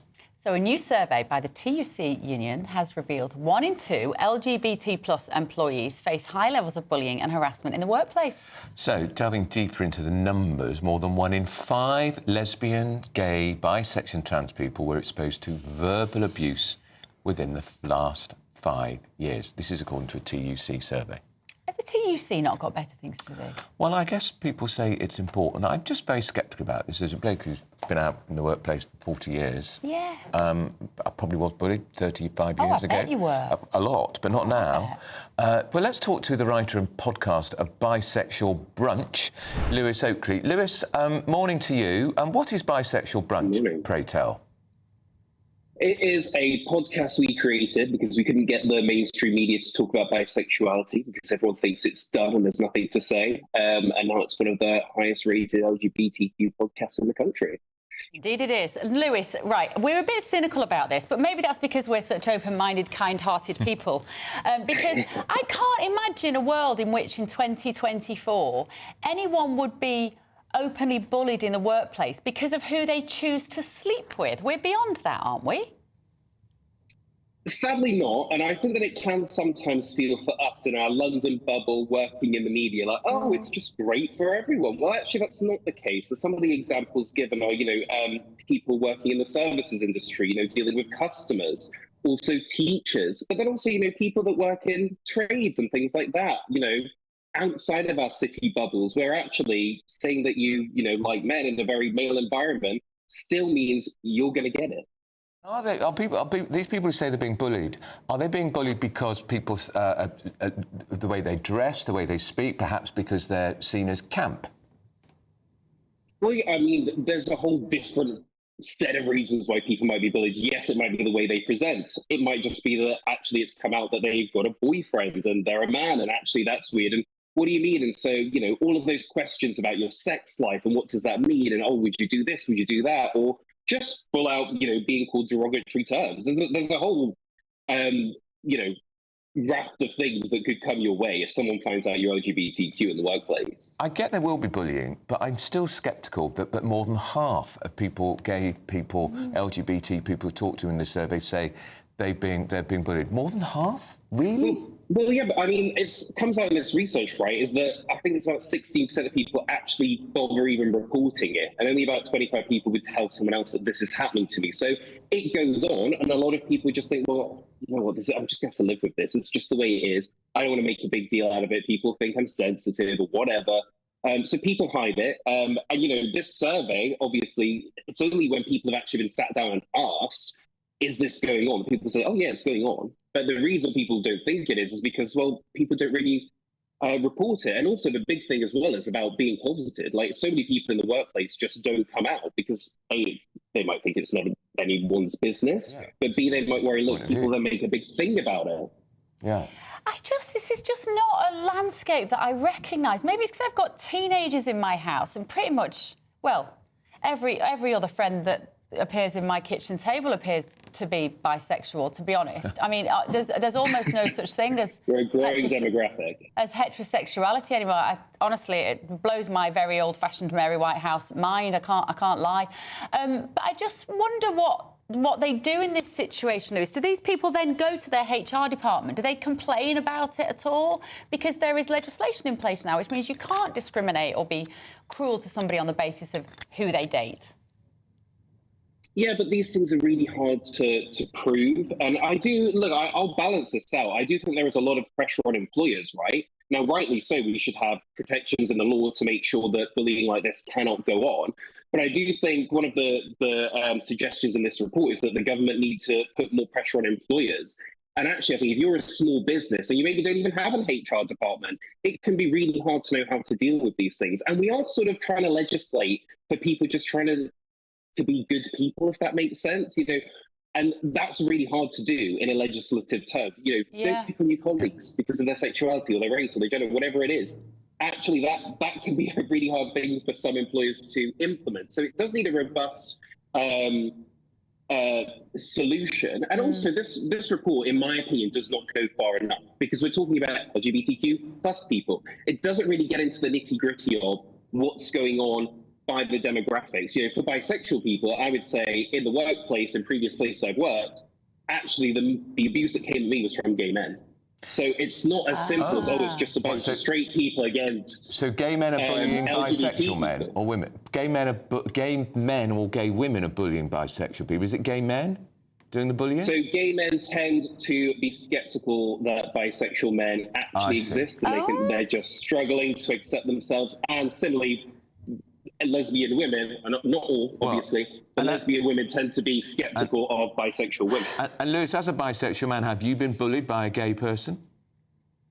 Well, I would never describe it as bullying because I just personally wouldn't let it go that far. I mean, I'm on national TV talking about this. I'm not going to take someone making comments of me, but people have definitely tried it, and I've definitely had in places I've worked before people being very bisexual, there's no such thing, you're just gay and you'll come out eventually. And I, take that to heart, because I've got a female partner. So people are saying that this is, a sham relationship. But, there are different things. Also, I think a lot of the things put at bisexuals is about, you're gay and you can't accept it. I'm very proud of all of the men that I've dated, and I'm not embarrassed about it at all. Right. Fascinating, honestly. Yeah. Mind blown. Lewis, I'm going to have a listen to your Bisexual Brunch podcast. Right, thank you so much, Lewis Oakley. I will. Honestly, some days are just... I'm still sceptical. Can't get over. I'm still sceptical. Yeah, I bet you are. Over 50%. Although that put a little slightly different spin on it. There's a little subcultures of bullying within the homosexual world. Look, 30 years ago, Fleet Street was not a very easy place to be gay. I can tell you that. Hard it must have been for you. It was pretty awful. But now it's transformed. Of course it is. As are most workplaces, Absolutely. I would have thought. I would have thought so. Right, so let's move on. Britain's biggest union of doctors, the BMA, have called for a ban on all flavoured vapes in a bid to tackle the country's e-cigarette epidemic. The BMA says the government should take bold and brave action because they want to protect children, particularly from the harms caused by these flavoured vapes. Quite right, too. Joining us now is Dr Marina Murphy, spokesperson for the UK Vaping Industry Association. Good morning, Marina. Good to see you again. Now, can you put a defence as to why these doctors are wrong when they call for a ban on these products? Well, as we've said many times before, these products are designed for adult smokers to help them to quit smoking, and they do that very effectively. And there's already legislation in place. It's illegal for anybody under 18 to buy or use an e-cigarette. So for me, I think it makes no sense to target the smokers that want and need these products. Rather, we should be targeting the retailers that are selling the products to the young people, because they shouldn't be doing that in the first place. They're not getting them from nowhere. And the industry has long argued that there be a licensing scheme and that there be tough repercussions for people who do that. And I think that is a far more useful thing to do. The flavours are very important for quitting. We've seen that flavours are far more popular than tobacco, not least because, they differentiate smoking and vaping, but also, they taste very different to smoking. And when people give up smoking, their taste improves. So, they no longer like the taste of tobacco. And that's also recognised by the pharmaceutical industry. When you see that products like Nicorette come in, say, fruit flavours, for example, and mint, they don't come in tobacco flavours. But Marina, is a bubblegum flavoured vape really aimed at a 55-year-old trying to quit smoking, or is it aimed at a much younger person? Well, I would say that the naming conventions, I think there are issues around the naming conventions and they are problematic. That's not to say that adults don't want or need a wide range of flavours. They definitely do. However, there is an argument to be made that, of course, naming conventions and the appearance of products could be regulated more strictly.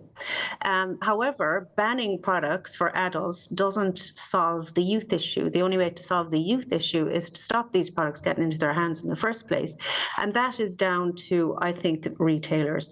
We shouldn't be targeting smokers, adult smokers, in order to try and solve a youth problem. I think we should be targeting the retailers and the manufacturers who aren't abiding by the rules. There are rules there, so, let's be compliant and let's abide by the rules. Let me tell you what I've observed. This is just my real-world experience, as we might say. I'm not basing this on data. I see teenagers who would never have picked up a cigarette because it didn't taste very nice, addicted to nicotine. You've successfully got another generation addicted to nicotine. And I've also seen recently, this summer, old friends who haven't smoked for 20, 30, sometimes 40 years. And now they are routinely vaping. You know why? Because they like the taste of it and because they are now re-addicted to nicotine. So the success of the vaping industry is not to get people to quit. It's to create a whole other generation of people who are addicts. Well, like I said, young people shouldn't be vaping in the first place. Just admit it, though. Just admit it. Just admit that's what this is. It's not a quitting product anymore. Just admit that's what you're doing.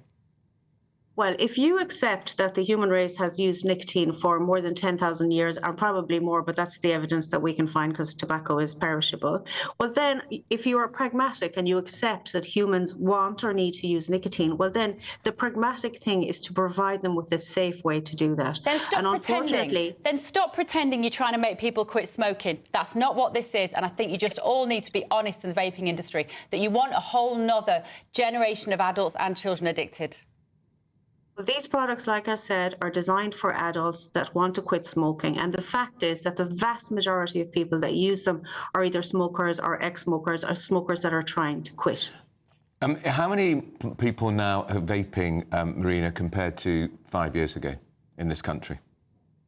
Well, if you look, there are more people vaping, but there are also a lot less people smoking. Well, and also, if you look... No, so there's more people vaping. Is that not a measure of the failure of your product?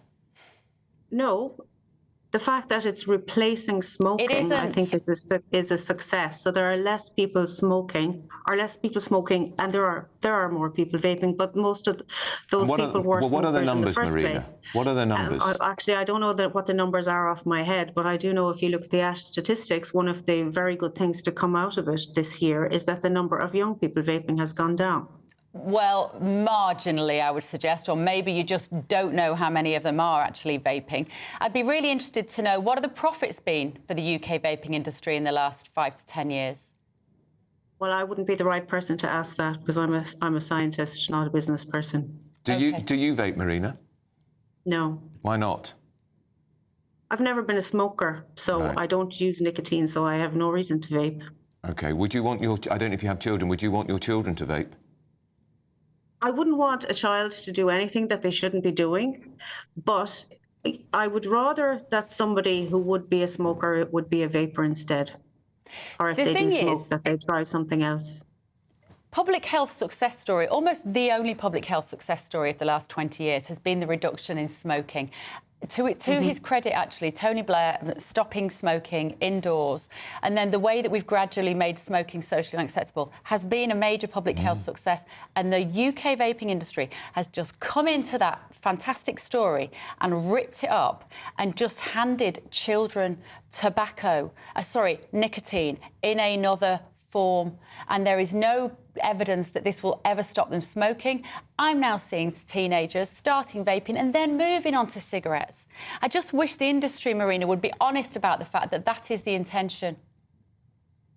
Well, I would disagree with you. I think that there have been a lot of measures put in place that have been very successful. But I think one of the important things that has happened is that the Department of Health and the public health community in the UK has supported the use of vaping for quitting smoking.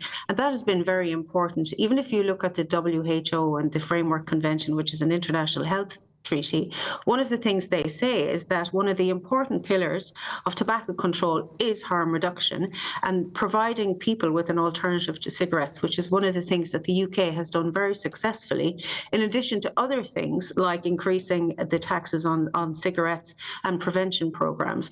But they all work together, and I think, of course, prevention and fiscal measures work, but they work better if they are working in combination with harm reduction, which means providing alternative products for smokers. Thank you very much. We appreciate you coming on. Dr. Marina Murphy there, spokesperson for the UK Vaping Industry Association. I was just going to say there's a figure here from charity Action on Smoking Health, ASH. They say 8% of 11 to 17-year-olds vape regularly or occasionally compared to 1% in 2014. That's dramatic. And the rest. You go around, and if any of you have been to music festivals this summer where there are teenagers, they are all sucking on what appear to be it's like a USB stick from a computer. It looks ridiculous. You can't smell it, and they're all getting high. I'm amazed they're not banned in public places, actually, because smoking is. Because there's no vapour. People do it in the workplace, not here, but I know people who sit at the office, and they'll just, because you can. Because with a cigarette, you would never do that, but you can be addicted. Would you let anyone vape in your home? Scandalous. Would you let anyone vape in your home? People sometimes do, and I've said, oi, get in the garden with that. You're not doing it in my house. That would be my view.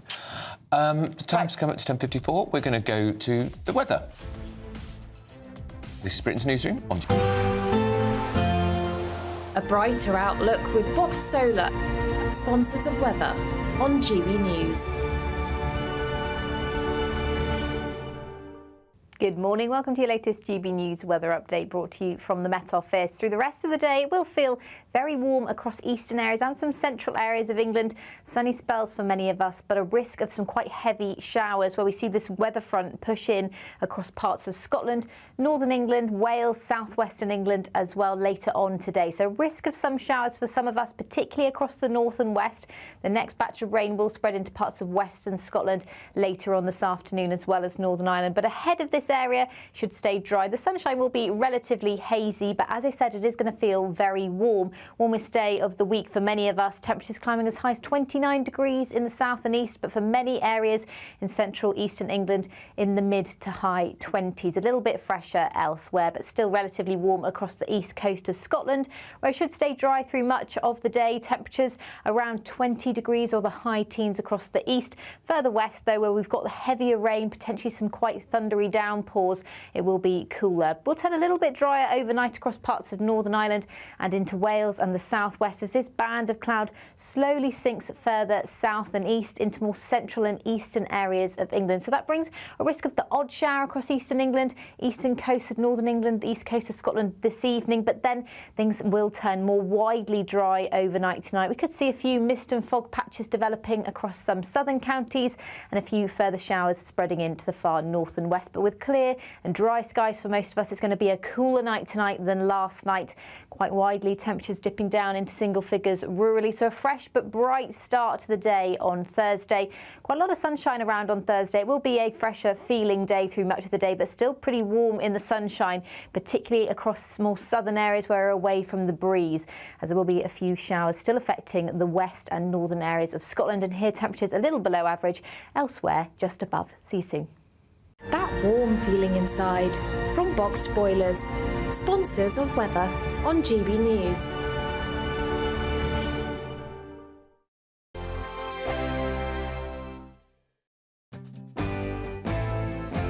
I'm Emily Carver. This is GB News, Britain's news channel. It's the final week to see how you could win an incredible £30,000 in cash. And you could be getting that winning call from us to tell you that you're our next Great British Giveaway winner. Oh, I can't believe this. Oh my God, this is amazing. That is absolutely fantastic. We're over the moon. I've never won anything like this in my life. Oh, you shocked me.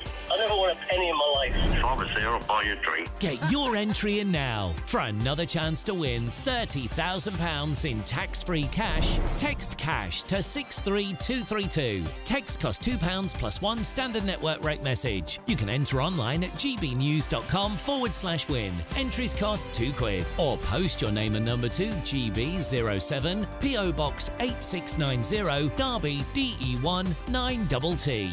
UK only. Entrance must be 18 or over. Lines close at 5 p.m. on the 30th of August. Please check the closing time if listening or watching on demand. Good luck.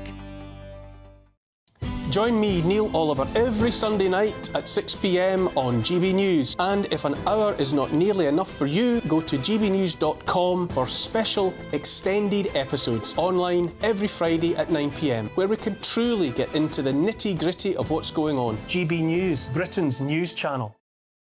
If you want your news to be straight talking, this is a nightmare for the Conservatives again. Down to earth. It's not just Nottingham where this is happening, is it? And most importantly, honest. Hard-working, middle-class taxpayers, they'll get the book thrown at them. They catch me, Martin Daubney, Monday to Friday, 3 till 6 p.m. on GB News, Britain's news channel.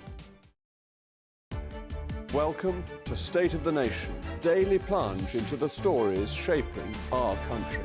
I'm Jacob Rees-Mogg, and Monday to Thursday we bring you the insights, the facts, the truth about how our country is being governed. Because what happens in Downing Street matters down your street. Tune in to State of the Nation every Monday to Thursday, 8 to 9 o'clock. Only on GB News, the People's Channel, Britain's news channel.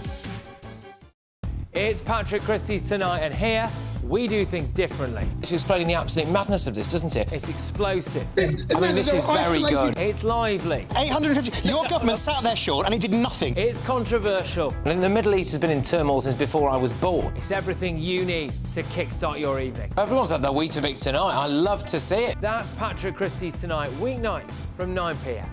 Only on GB News, the People's Channel, Britain's news channel. I'm Mark Dolan, and this is GB News, the People's Channel, Britain's news channel.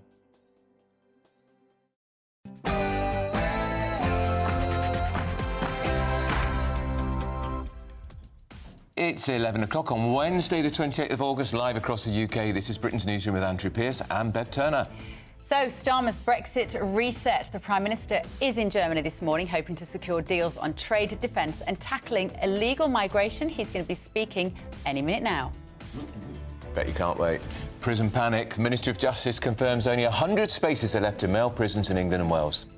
And is there trouble in paradise? Maybe. Prince Harry is going to go on a 2,000-mile trip, but he's going without his wife. We're going to have the latest on that. And that vaping crackdown, Britain's top doctors demanding a total ban on all flavoured vapes to tackle what they call the e-cigarette epidemic.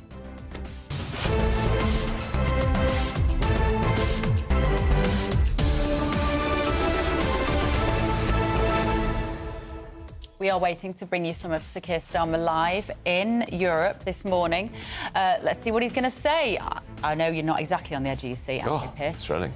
But it will be interesting. Every time he speaks now, I'm trying to work out who he is and what he's going to do for our country. So don't go anywhere. gbnews.com/your say to let us know your thoughts. First, though, the very latest news with Sophia.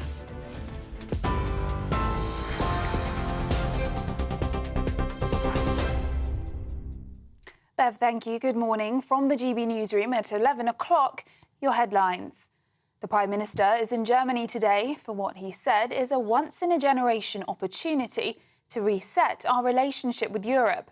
Sir Keir Starmer is meeting with German Chancellor Olaf Scholz to launch negotiations on a new bilateral treaty which hopes to boost business and increase joint action on illegal migration. The Prime Minister is on a two-day trip to Berlin and Paris to turn a corner on Brexit and fix the broken relationships left behind by the previous government. But Conservative leadership candidate Robert Jenrick told GB News earlier the government must not undermine Brexit. I do not want us to do is to undermine Brexit. I want to ensure that we are taking full advantage of the freedoms that we secured as a result of leaving the European Union, and that will mean diverging with Europe, taking a different path at times, because we need to ensure that our business and industry, in particular, the ones that are going to drive growth in the future, like financial services, like tech, like life sciences, can have better and smarter and more nimble regulation than our European neighbours. I worry that Keir Starmer is going to do precisely the opposite to that. In other news, the Israeli military has launched a major operation in the West Bank. Palestinian health officials claim at least 9 people have been killed in the strikes. The Israeli army confirmed today that they have begun what they said was an operation to counter terrorism in Yenin and Tulkarm. There are just 100 spaces left in male prisons across England and Wales. That's according to the Ministry of Justice. With reports, this is the closest the system has come to running out of places. It comes after the activation of Early Dawn, where defendants in active court cases are kept in police cells until standard prison spaces open up. Now, with hundreds more arrests from riots and Notting Hill carnival disorder over recent days and weeks, there are concerns prisons may run out of capacity. Germany and the United Kingdom. Now let's cross live now to Sir Keir Starmer in Germany. The both of us will be working hard to ensure that this relationship will continue to thrive. Meine Damen und Herren, Ladies and gentlemen, I'm extraordinarily pleased to welcome Prime Minister Keir Starmer so soon after taking office. Germany and the UK share long-standing and a trustful partnership, which is based on shared values and reliable friendship. We are going to foster and promote this cooperation for the benefit of our peoples, for the benefit of Europe and security and the transatlantic sphere. We want to continue to intensify these relations. We don't want to leave it at statements, but base our relations on an entirely new footing. In the coming months, we're going to work towards a treaty which reflects the whole spectrum of our relations. Such a treaty has not existed between Germany and the United Kingdom yet.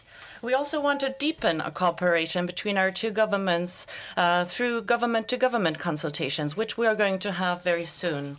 Already now, we're coordinating closely in our day-to-day work. We coordinate closely and based on the spirit of trust. All of this goes to show Germany and the UK are special partners indeed. Together, we want to strengthen the European pillar in NATO, and closer cooperation in the field of security will play an important role. We also dealt with the situation in Ukraine today. Germany and the UK stand firmly by Ukraine's side. I explicitly say this also against the backdrop of the fact that attempts were made to sow the seeds of doubt when it comes to this commitment. We will continue to lend financial, economic, political, and military support as long as this is necessary.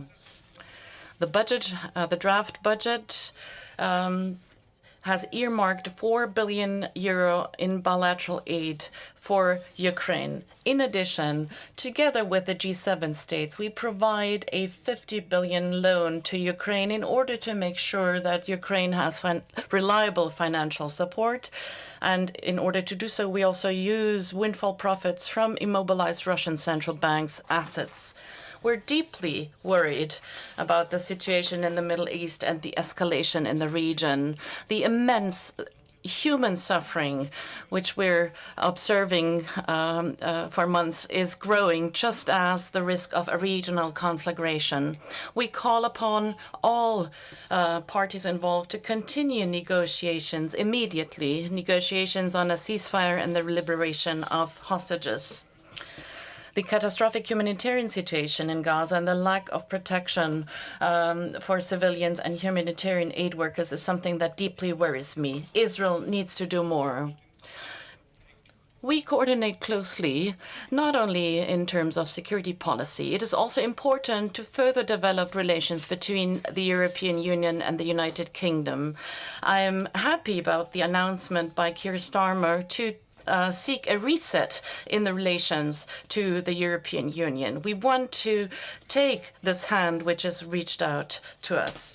The UK has always been an indispensable partner when it comes to solving the big issues affecting all of Europe, and nothing has changed after the UK left the European Union.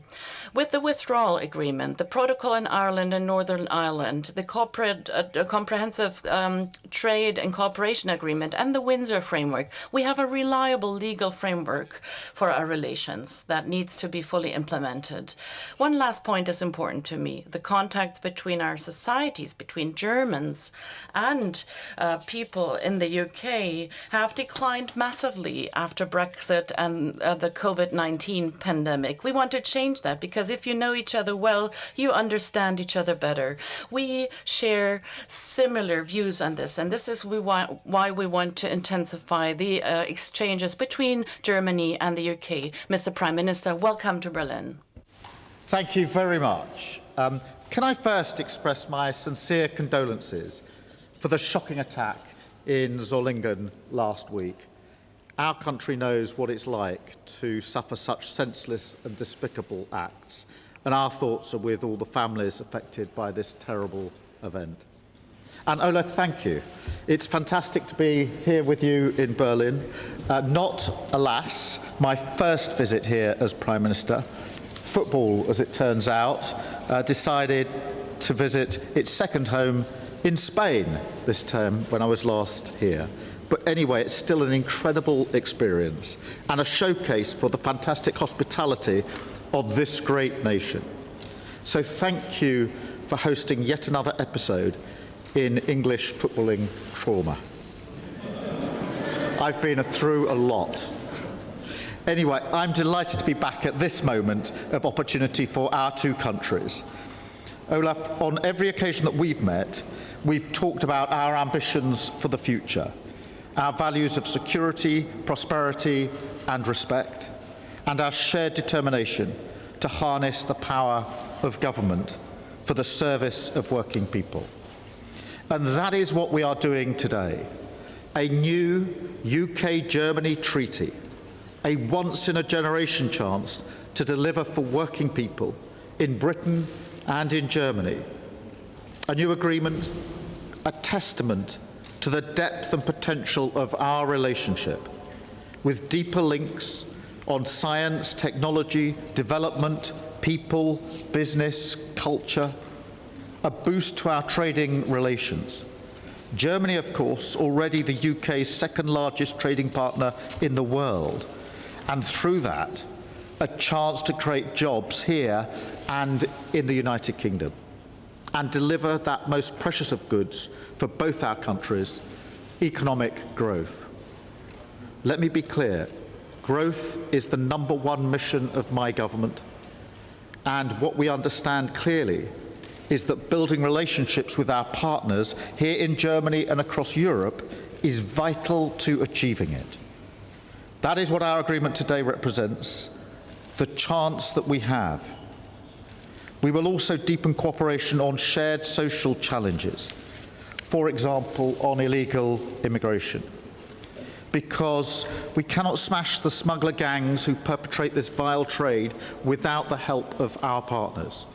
And I'm really glad that we had substantive discussions today about how we tackle the smuggling gangs and agreed to develop a joint action plan to tackle illegal migration. We will also renew our commitment to the Calais Group, enhance our intelligence sharing on organised immigration crime, but also increase collaboration on tackling climate change, an important goal for the planet, of course, for greater energy security, but also for tackling the drivers of challenges like illegal migration at source. And finally, at the heart of this treaty will be a new defence agreement, an agreement that builds upon our already formidable defence cooperation, but which expands that relationship to face the threats of a volatile world together. That, of course, means a shared resolve to stand up for the security of our people and the wider European continent. And that begins with our unyielding support for Ukraine. And we discussed that in some detail today. Because as Europe's largest contributors to Ukraine's war efforts, and as the nations with the highest defence expenditure among the European countries in NATO, we know only too well the debt we owe to the Ukrainian people, who fight not just to defend themselves, but for the people and all the people across Europe. So today, we affirmed our commitment to stand with Ukraine for as long as it takes. We also share a common commitment to resolve the crisis in the Middle East, as you've just referenced. And we agree on Israel's right to self-defense in compliance with international humanitarian law, the need for de-escalation across the region and for restraint and caution to be exercised, unfettered humanitarian access into Gaza, agreement to a ceasefire and release of all hostages, and the importance of working together towards a political solution based on the creation of a Palestinian state alongside a safe and secure Israel. The only way to provide long-term peace and security for both Israelis and Palestinians. Now that, of course, is not an easy goal, but it is one that we are committed to pursuing together because, as today shows, Britain can advance its interests much more effectively with friends and partners. This treaty is part of a wider reset, grounded in a new spirit of cooperation, with our shared understanding that this will be developed at pace and that we hope to have agreed it by the end of the year. A Britain reconnected, resetting our relationship, rediscovering our common interests, delivering for working people. Britain and Germany already have an incredible relationship. We invest billions in each other's countries. Thousands and thousands of jobs are supported through trade. And every year, millions of people travel between our two countries, exchanging ideas, collaborating, creating and connecting. But today, we build on that, a bright new future for UK-German relations, two great countries brought closer together than ever before, the strongest strategic partners in Europe and on the world stage. Thank you so much for hosting us here today. Thank you. Thank you very much. As usual, we have still 4 questions, 2 questions each side. The first question goes to Beth Rigby from Sky News. Thank you, Beth Rigby, Sky News. Prime Minister, PM after PM has come to Berlin asking for a better deal, better trade deal, only to fail. You've ruled out rejoining the EU, the single market or customs union, but you know you'll have to make concessions for a better deal. Do you acknowledge that? And specifically, will you allow freedom of movement for young Germans? And Chancellor, our new Prime Minister is talking about a once-in-a-generation reset between UK and Europe. But does Berlin and your partners in Brussels have real appetite for the reset the Prime Minister is pledging? Can the UK really expect to cherry-pick better trade terms outside of the European Union? And is youth mobility something that might materially shift the dial for you? Thank you very much.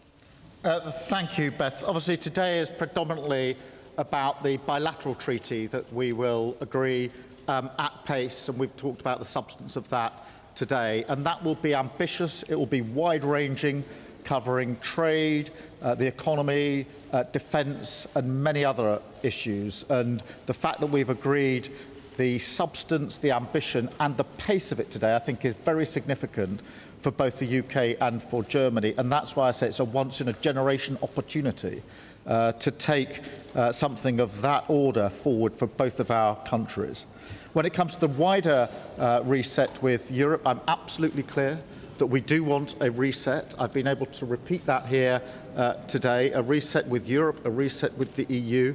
That does not mean reversing Brexit or re-entering the single market or the customs union, but it does mean a closer relationship on a number of fronts, including the economy, including defence, including exchanges. But we do not have plans for the youth mobility scheme, but we do have plans for a closer relationship between us and the EU as part of that white set. So the position today is exactly as it was before the election, but what we've been able to do today is to move that forward with the bilateral treaty agreement and to reiterate our desire to reset the relationships with the EU. Thank you. I don't have much to add. From my point of view, we want to create good relations between the UK and the European Union. It can become better day by day, and we all share an interest. The historic decision in Germany was taken. Great Britain, the UK, has left the European Union, but we're friends. We live on the same continent, and from our point of view, from our perspective, and we are of the opinion that there is reason to do everything in our power to improve relations between our both countries, but also the UK and the European Union. Herr Premierminister, Herr Bundeskanzler, Sie haben beide eben die Hilfe für die Ukraine noch mal beteuert. Es gibt aber Zweifel, ob dieses Finanzinstrument von G7 und der EU rechtzeitig für die Ukraine zur Verfügung steht, um Waffen zu kaufen. Deswegen ganz konkret die Frage an Sie beide. Werden diese Windfall Profits aus den Frozen Russian Assets noch in diesem Jahr genutzt werden können, um der Ukraine einen Kredit über 50 Milliarden Dollar zu geben? Und wie groß ist eigentlich der Anteil des Kredits, den Großbritannien und auch Deutschland zusteuern? And Prime Minister, second question for you. Germany will deploy American mid-range weapons from 2026 onwards, till Germany, France and Britain have developed own capacities in this field. How do you bridge the capability gap in this field, also with American weapons? Thank you. I will start. Okay. Es ist so, dass wir uns beim G7 Well, in Apulia at the G7, we agreed on lending big support to Ukraine with a loan to the tune of 50 billion euro, with windfall profits of the immobilized Russian central bank's assets. And this is a major effort, but it is something that is possible, and we want to swiftly promote this. We're intensively working on technical preconditions. I talked to the president of the European Commission as far as Europe's share, Germany's share is concerned, and how we're going to do it. We have far advanced. We coordinate closely with our American friends so that it fits well within their rules and regulations. And the same holds true for involving all those who want to lend a contribution as part of G7, the UK, Canada and Japan. And of course, we are happy if others chip in and join.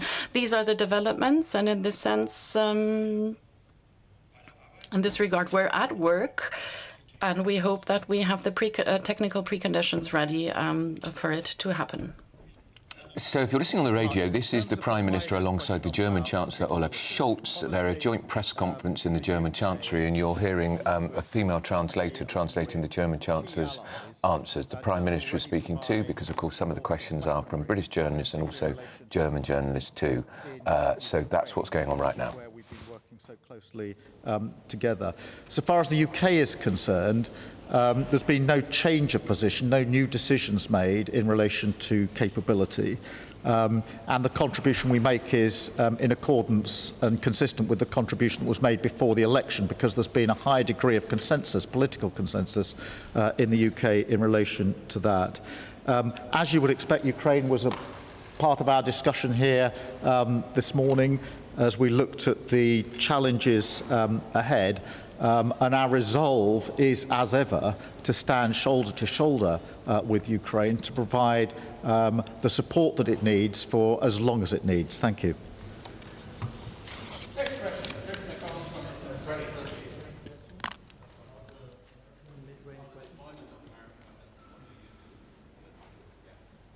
look, I mean, I'm not sure there's much I can add to what the Chancellor already said. Thank you, Chris McKeon, Press Association. Following on the subject of Ukraine and weapons and long-range weapons, firstly, Prime Minister, is it the case that it is American objections that are preventing the use of Storm Shadow missiles to target, to hit targets in Russia? And what discussions have you had with the Chancellor on lifting restrictions on the use of weapons in Russia? And Chancellor, is now the time to consider lifting restrictions on the use of German-supplied weapons against Russian targets, particularly supplying F-16 jets and Taurus missiles? Let me just address that. Obviously, and as you know, we have been providing support and weaponry to Ukraine consistent with the approach of other key allies, including Germany. We supported the approach and the framework put forward by the previous government in the United Kingdom when we were in opposition, and we are acting consistently with that in government, and that's why I'm very clear that no new or different decisions have been made. I'm not going to get into tactical questions about the use of weapons for very obvious reasons, but no new decisions have been taken. But Ukraine is, of course, a constant theme of discussion between NATO allies, and we all recognise the need to stand by Ukraine for as long as it takes, and we've renewed that commitment here this morning. Deutschland ist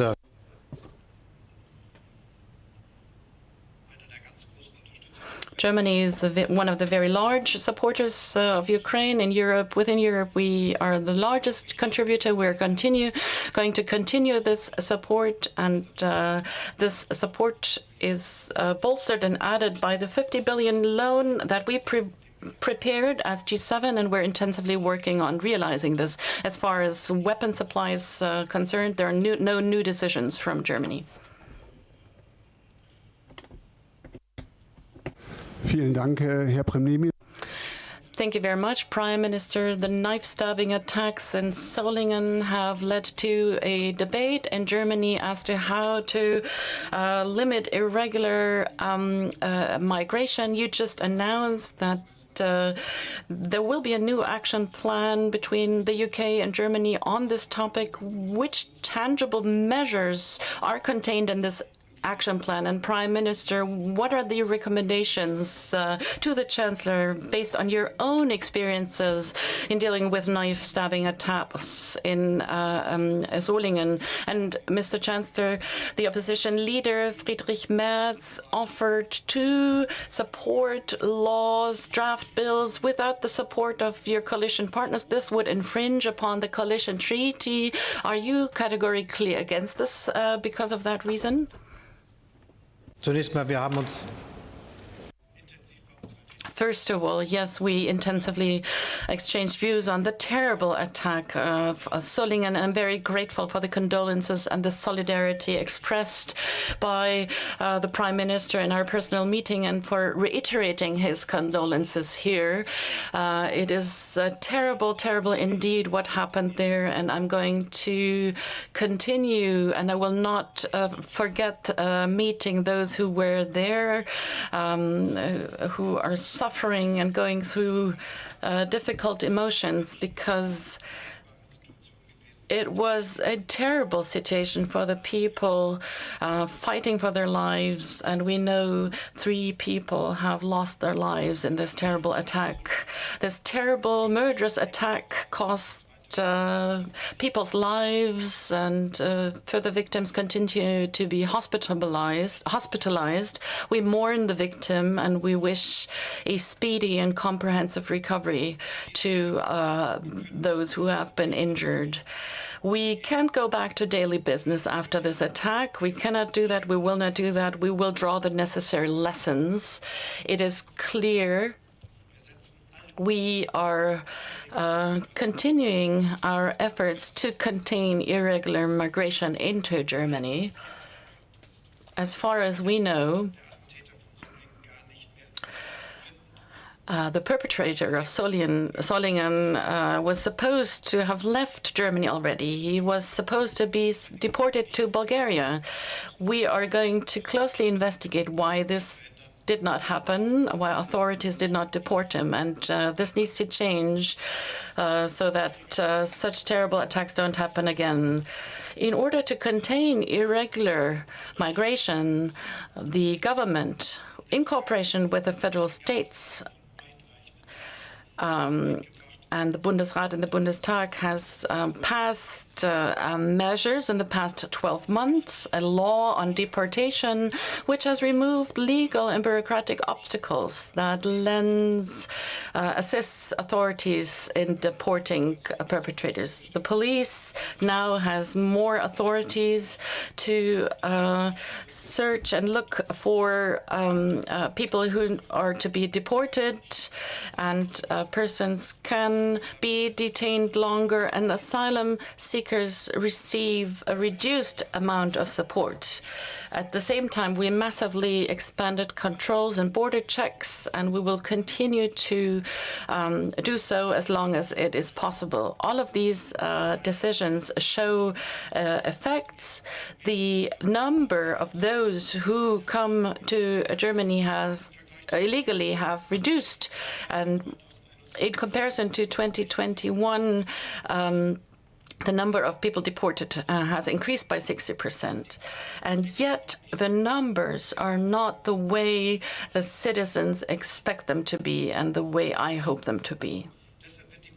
This is why the federal government is going to continue its efforts to contain and limit irregular migration further. We are going to discuss new and coordinate new measures, a tightening of weapons laws, measures against violent Islamism, and further measures in order to make repatriation easier. It is a good signal when the largest opposition party signals its cooperation and the willingness to cooperate, and we welcome this willingness to cooperate with us. The federal government is going to swiftly take the necessary decisions with representatives of the federal states and the CDU-CSU party, and also talk about proposals that are made. The Federal Minister of Interior is going to invite swiftly chairmen of the prime ministers' conferences of the federal states and representatives of the respective ministries for meetings on this matter.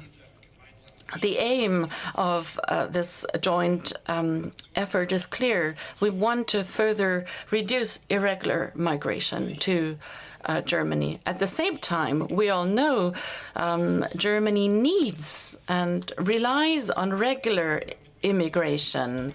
20 million of citizens with migrant background lend a contribution to economic prosperity. They're well integrated as neighbors, as classmates. They pay taxes. It's a success story, and we can be proud of this. With modernizing the laws on immigration and nationality, the federal government has made a big effort. The state has to contain irregular immigration so as to not to overburden the country. This can and must succeed without questioning our basic law and also international treaties. We owe this to the victims of Solingen. In relation to the terrible attacks here in Germany, I just reiterate our thoughts are with all of the victims and their families in what is a very difficult set of circumstances. On the wider question of irregular migration and the particular issue that we have in the UK of small boats crossing the Channel, I have long said before the election that I thought the Rwanda scheme was a gimmick, which is why we stood it down immediately. But nonetheless, it is very important that we take back control of our borders. I have long been convinced that the best way, the most effective way to do that is to take down the gangs that are running the vile trade of putting people in dangerous situations across Europe and across the Channel. And I said before the election that I would invest political capital in making sure we could work more effectively with our partners in taking down those gangs. And that's why I'm very pleased today that we've had a substantive discussion, agreed to a joint action plan, and that will, as you would expect, deal with issues like data sharing, intelligence sharing, what we can do on joint operations, because that is the way to take effective action in relation to the vile trade that sits beneath irregular migration across Europe, and in particular sits beneath the vile trade of putting people into small boats across the Channel. Thank you. That was German Chancellor Olaf Scholz and the Prime Minister Sir Keir Starmer talking in Berlin. And finishing up there, the answer that Keir Starmer was giving was about irregular migration. Now, Stephen Pound and Mike Parry are still with us. Irregular migration, gentlemen, this is the new terminology for the small boat crossings, formerly called illegal migration. Yeah. Well, considering he went through his Downing Street press conference yesterday, didn't mention it once, and that was supposed to be his first, speech as Prime Minister on, centralising on the big issues affecting this country. Not mentioned once. No. He has to go to Germany to mention it, and then change the description of it to irregular migration. I mean, what is irregular migration? Is he going to define that, or is this a new... This is the new word. Is it the new word, or has he discovered something else in addition to illegal immigrants coming to this country? It's no longer a criminal matter to cross the Channel illegally. Yeah, well, it looks like that. He changed international law. Well, he must have done, because we all know if somebody comes to this country uninvited, it's against the law. It is. And they're illegal aliens. There you go, your lot. But you can listen. I'm sorry, a couple of key points here. You can change the name, but you can't change the problem. And I think what's fascinating about this is that the understated aspect of Scholz's speech. Sweden and Germany were the two most welcoming nations in Europe when it come to immigrants. Yeah. Both of them are now saying enough is more than enough. Sweden is now cracking down hugely, and Olaf Scholz has made more statements in the last couple of weeks against so-called illegal immigration than he's ever made, and any German politician has made. So I think there's a wind of change blowing through, the chancellors of Europe on this particular... Yeah, but not here, but not in this country. Well, I'm sorry, you just heard it there. No, it's going the other way in this country. He's no longer calling it illegal migration. Yeah. I don't care what you call it, as long as we can stop it. But by calling it something else, he's downplaying its significance. Well, I don't know. You could say it's outplaying it. I don't know. Yeah, but he ignored it altogether yesterday when he had the opportunity to address it. He completely ignored it, as though we haven't got a problem with people coming to the country who aren't legal. I have a real problem with how many words he's using, and presuming we all have a shared understanding of the definitions of those. Populism was the other one. Oh, populism drives you mad. He used populism. Populism used to describe people who don't agree with my political theory. Anybody who doesn't agree with my political stance is a populist. Oh, people who like freedom, people who like majorities, people who like to bond with others and say this is the way of life. It's outrageous to call them... like the state to get out of their life. Exactly. Well, no, the point about populism as an insult. That's right, yeah. Well, I'm sorry. Well, it was people who were seeking the vain ardour of the crowd. That was the idea, was that you actually sacrificed your principles in favour of what might be popular at the time. Yeah. Words matter. They do. We've had enough of them from you, Stephen Pound. That's harsh. I can always take more Stephen Pound. Right, up next, find out why Prince Harry is riding solo in a 2,000-mile trip. This is Britain's Newsroom on GB News.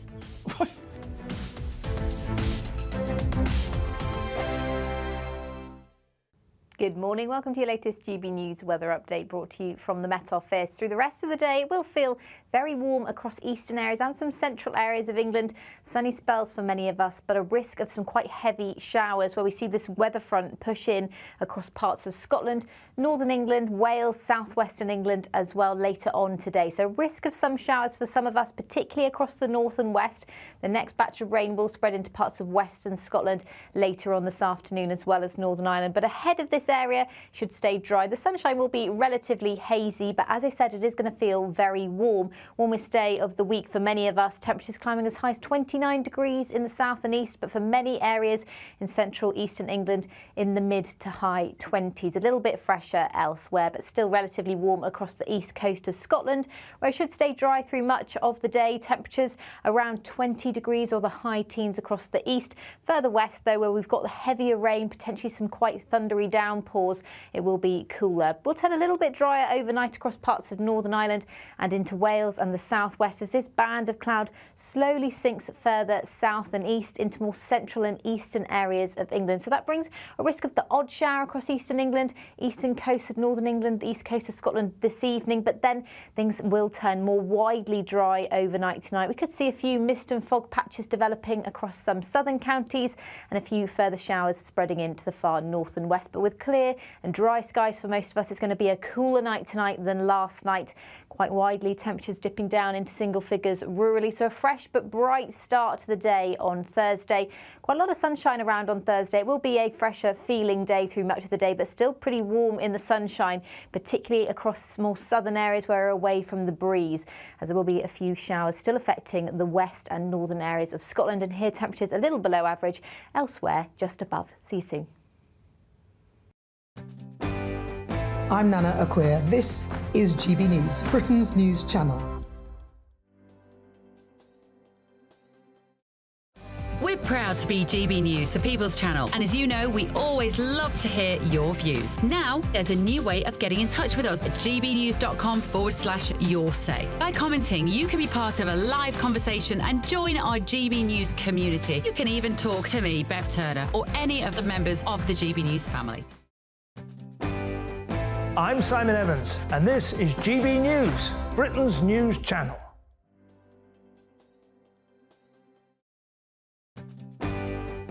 I'm Patrick Christys. This is GB News, the People's Channel, Britain's news channel.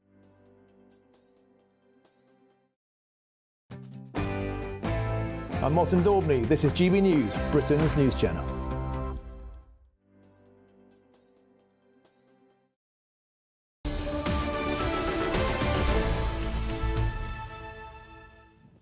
It's 11:38. This is Britain's Newsroom, GB News. Andrew Pearson, Bev Turner. Well, Prince Harry jetting off again, a little closer to home, to New York City to visit the UN and take part in Climate Week. But he's not going with his missus. What's that about? So Probably let's talk to nothing. the great royal sage of this station, Michael Cole, joins us now. Michael, morning to you. The environment is a big issue for this couple, although they seem to have spent quite a lot of time in private jets flying around the world. Should we read anything into the fact that he's going alone? Good morning, Andrew. Good morning, Bev. This is a further attempt by Prince Harry to prove he's relevant. If you're a member of the royal family, you just are. If you're a semi-detached member of the royal family living in California, you have to be on the move to show that you are of some worth to the world, hence the recent trips with his wife to Nigeria and Colombia.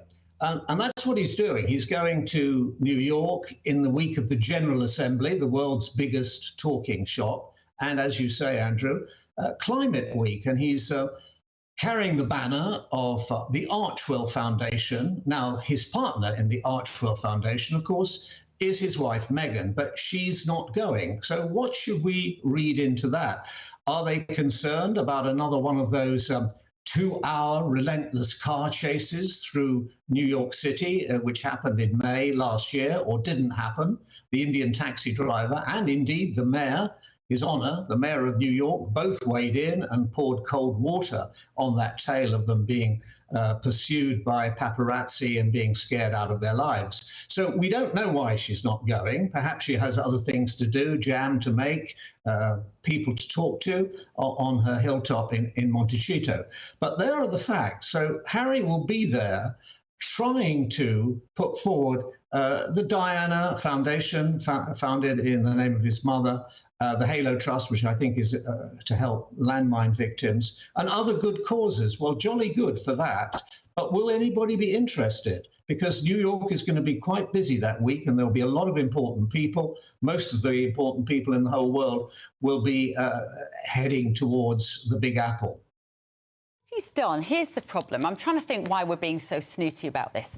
If you build a career solely on your personal life and your relationship and your marriage, which is what they've done via their Netflix documentaries, via his book Spare, if your life is only about your relationships, when you then go without your wife, that's what triggers the speculation, because there's no other sort of substance beneath what they do, is there? That's the problem here. Yeah, you're absolutely right, Bev. And what have they got to sell? They've got celebrity. And that's a fast depleting factor in all of this. In America, they don't want what was yesterday. They want what's next. You know, what are you doing now? That's the question you get in New York. This is the home of nostalgia. This is where we cherish Hollywood stars who come out of pantomime. So they've got to come out of a new box all the time to prove that they are relevant and that they are important. Well, they could have done an extremely good job within the royal family of doing that. They would have had the structure and the support to do wonderful work around the 54 countries of the Commonwealth, and they started to do it, and they were doing it rather well, and she was being an asset. But then suddenly in 2020, they took fright, jumped on a plane to Canada, and then on to California, which may have been her destination all along. So it's difficult for them. I'm not weighing in to criticize them. I'm just feeling rather sympathetic, because Harry is 40 on 15th September. This visit will be just after that. At 40, a man should be wondering, you know, what am I going to do with my life? What have I done? And what is my future? Obviously, I wish him well. I remember when he was born, the first day he went to school, his first holiday, all of that stuff. And I remember, of course, the tragedy when his mother was killed. And I'm sure that has had a great effect on him. So I'm sympathetic. Sure. At the same time, I wonder really what is happening. Yeah, well, don't we always, Michael? But you always help us understand a little bit more clearly what is happening. Thank you so much. Good to see you. Let's just have a look what you've been saying at home, shall we? There you go. Do you want to read from that one? Yes. Paper for you. I have to do it on paper. Alan says, no, let's say Christine's. She says, I think she gets it right about Starmer. He's cold. He shows little or no emotional empathy. My mum would have said he's like being covered with a blanket, or as Beverly Turner would say, is he a radiator or a drain? He's a drain. He's a drain. He was even then. He can't raise a smile. Like, he could have gone on there today at the lectern, given that our economy is doing really well, weirdly. All credit, I have to say, to the Conservatives. Yes. And he could have gone on and said, well, you know, our economy is doing well. We're here to give you a few pointers, Olaf. You know, like, just have some warmth about you. And just something. He's got a constant crib sheet there in front of him, isn't he? Oh, he couldn't stop reading his notes. I know. I guess, and it's not because he's new at the job. He's been leader of the opposition for 4 years, and he was an accomplished lawyer. So he should be used to thinking on his feet and answering questions. Doesn't seem to be able to. He stands there like he's a barrister, and he's looking at his notes all the time. He never talks from the heart. Maggie, good morning, Maggie. She says, how many times has Starmer met with EU leaders in the last 2 months, and why exactly? I don't see any tangible benefits to the UK from this great reset. I can answer that. I noticed that word as well, Maggie. It'll be 5 meetings with Macron and 4 with Scholz. 9 meetings, and he's only been Prime Minister for 7 weeks. And Phoebe says, I wonder how he'd like it if we referred to the riots as irregular protests. Very good point. That's a bit mischievous, Phoebe, but I know what you mean. Anne-Marie says, does he have a mandate for this so-called reset that he's talking about? Starmer has said nothing different, says Andy, and still done nothing to stop illegal migration. That's a summary. A lot of you are irregular migration. Denny says, a dipstick who will betray his wife by undermining all women, by pretending that a woman can be a man, is capable of any subterfuge and is not fit to be Prime Minister. We were well warned. Now we have the consequences to contend with. He's not terribly popular with our viewers. Well, I don't think he's had a very good start. I'm not sure that people on the Labour left either are too enamoured, really. Where's the opposition? Well, I was talking to Robert Jenrick today, who's one of the Tory leadership contenders. People aren't interested in what you've got to say. That's the problem at the moment. Where are they? It's Conservative tumbleweed. Where is the leader of the opposition? Rishi Sunak, back from his holiday, apparently. Ugh, right, don't go anywhere. You've got to stick around to hear the new plans to tackle the huge workload for teachers. You don't want to miss this. It's Britain's Newsroom on GB News.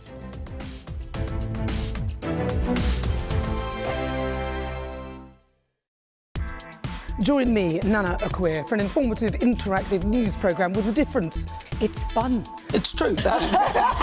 You're not wrong. No one will be cancelled. Lovely.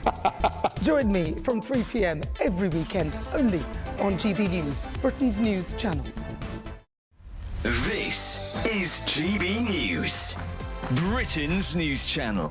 EasyJet is launching a new recruitment drive focused on attracting cabin crew members over 50 and those even considering retirement. Well, the initiative is called Returnships and it's inspired by research that suggests that 75% of people over 50 years old believe that now is the ideal time to embark on a new career.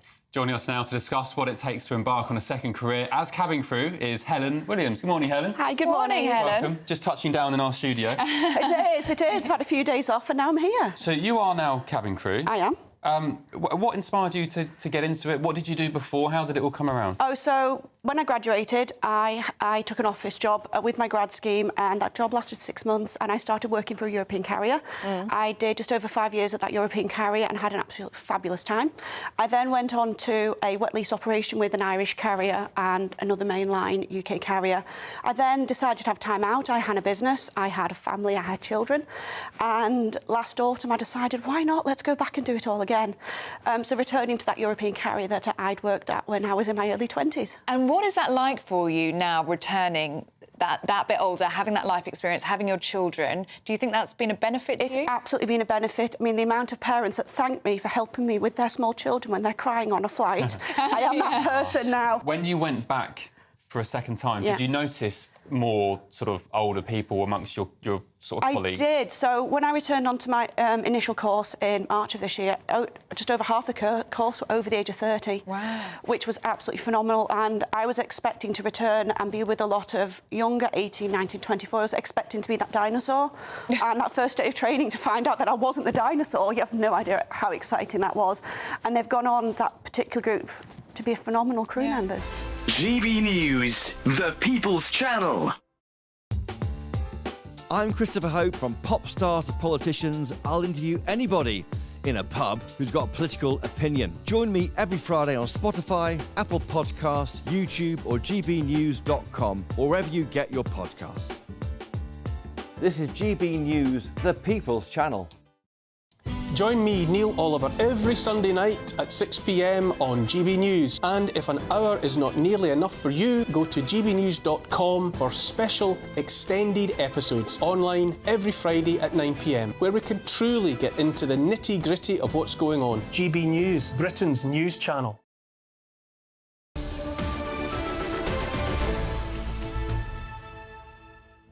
Welcome back to Britain's Newsroom. So the government's announced a £4 million project to train regenerative AI tools to assist teachers in creating lesson plans and marking homework. Do you know what that means? I don't really know what that means, but we're joined now by the Chief Executive of Olex.ai, formerly known as School Online, Lucian Bowater, who's going to explain it. Lucian, help me out, because I'm a Luddite and I don't really know what this means and why it's significant. I don't believe that for a moment, but thank you for inviting me on. So AI has the potential, we believe, to really help teachers with a key challenge right now, which is workload. So as you probably know, around 10% of teachers are leaving the profession every year. And the number one reason for that is overwork.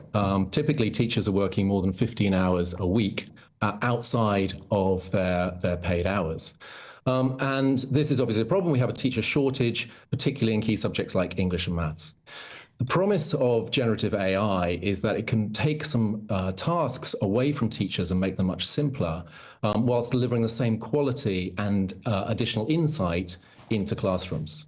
So these generative AI tools, and the most famous of these you will have heard of, called ChatGPT, and have a real deep understanding of particularly English language. So a lot of subjects that are taught with a lot of writing, such as English, history, geography, religious studies, the AI tools can really help teachers by shortcutting all of their effort whilst delivering really high quality output marking back to students, and do so in a very quick time. So our product at Olex.ai takes typically a 4-hour task for an English teacher marking GCSE essays and turns it into a 4-minute task.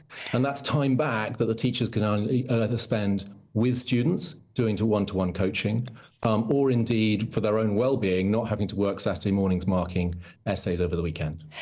I sort of despair, Lucian, when I hear this, because I'm sure this is the future, but I want my teachers to know my child, and they can only know my child if they know what that child is capable of writing in an essay. When I have a parents' evening, they'll say, this was right, Bev, this was wrong, they need a bit more of this. How can a teacher know that if a computer's doing it for them? So firstly, at least in our case, all of the AI output only goes to the teachers. So it doesn't. All of our products are designed to augment teachers, give them extra powers. So all of the feedback goes to them, and they edit it, and they review it, and they choose what they want to send back to the students. What they don't have to do is read through 600 words essays, which is going to take them 4 hours to do. And in many cases, they don't actually want to do that. What they want to do is get an overview of the entire class. Some essays, yes, Bev, your children, they will want to go through those in detail. Others, actually, what they want to get is an overview of the class as a whole and see that the class as a whole has a particular weakness in character development or in use of adjectives. And that they can do through the AI in much more detail than they would by the time they've been through all 30 essays. So this is for lazy teachers then, is it not?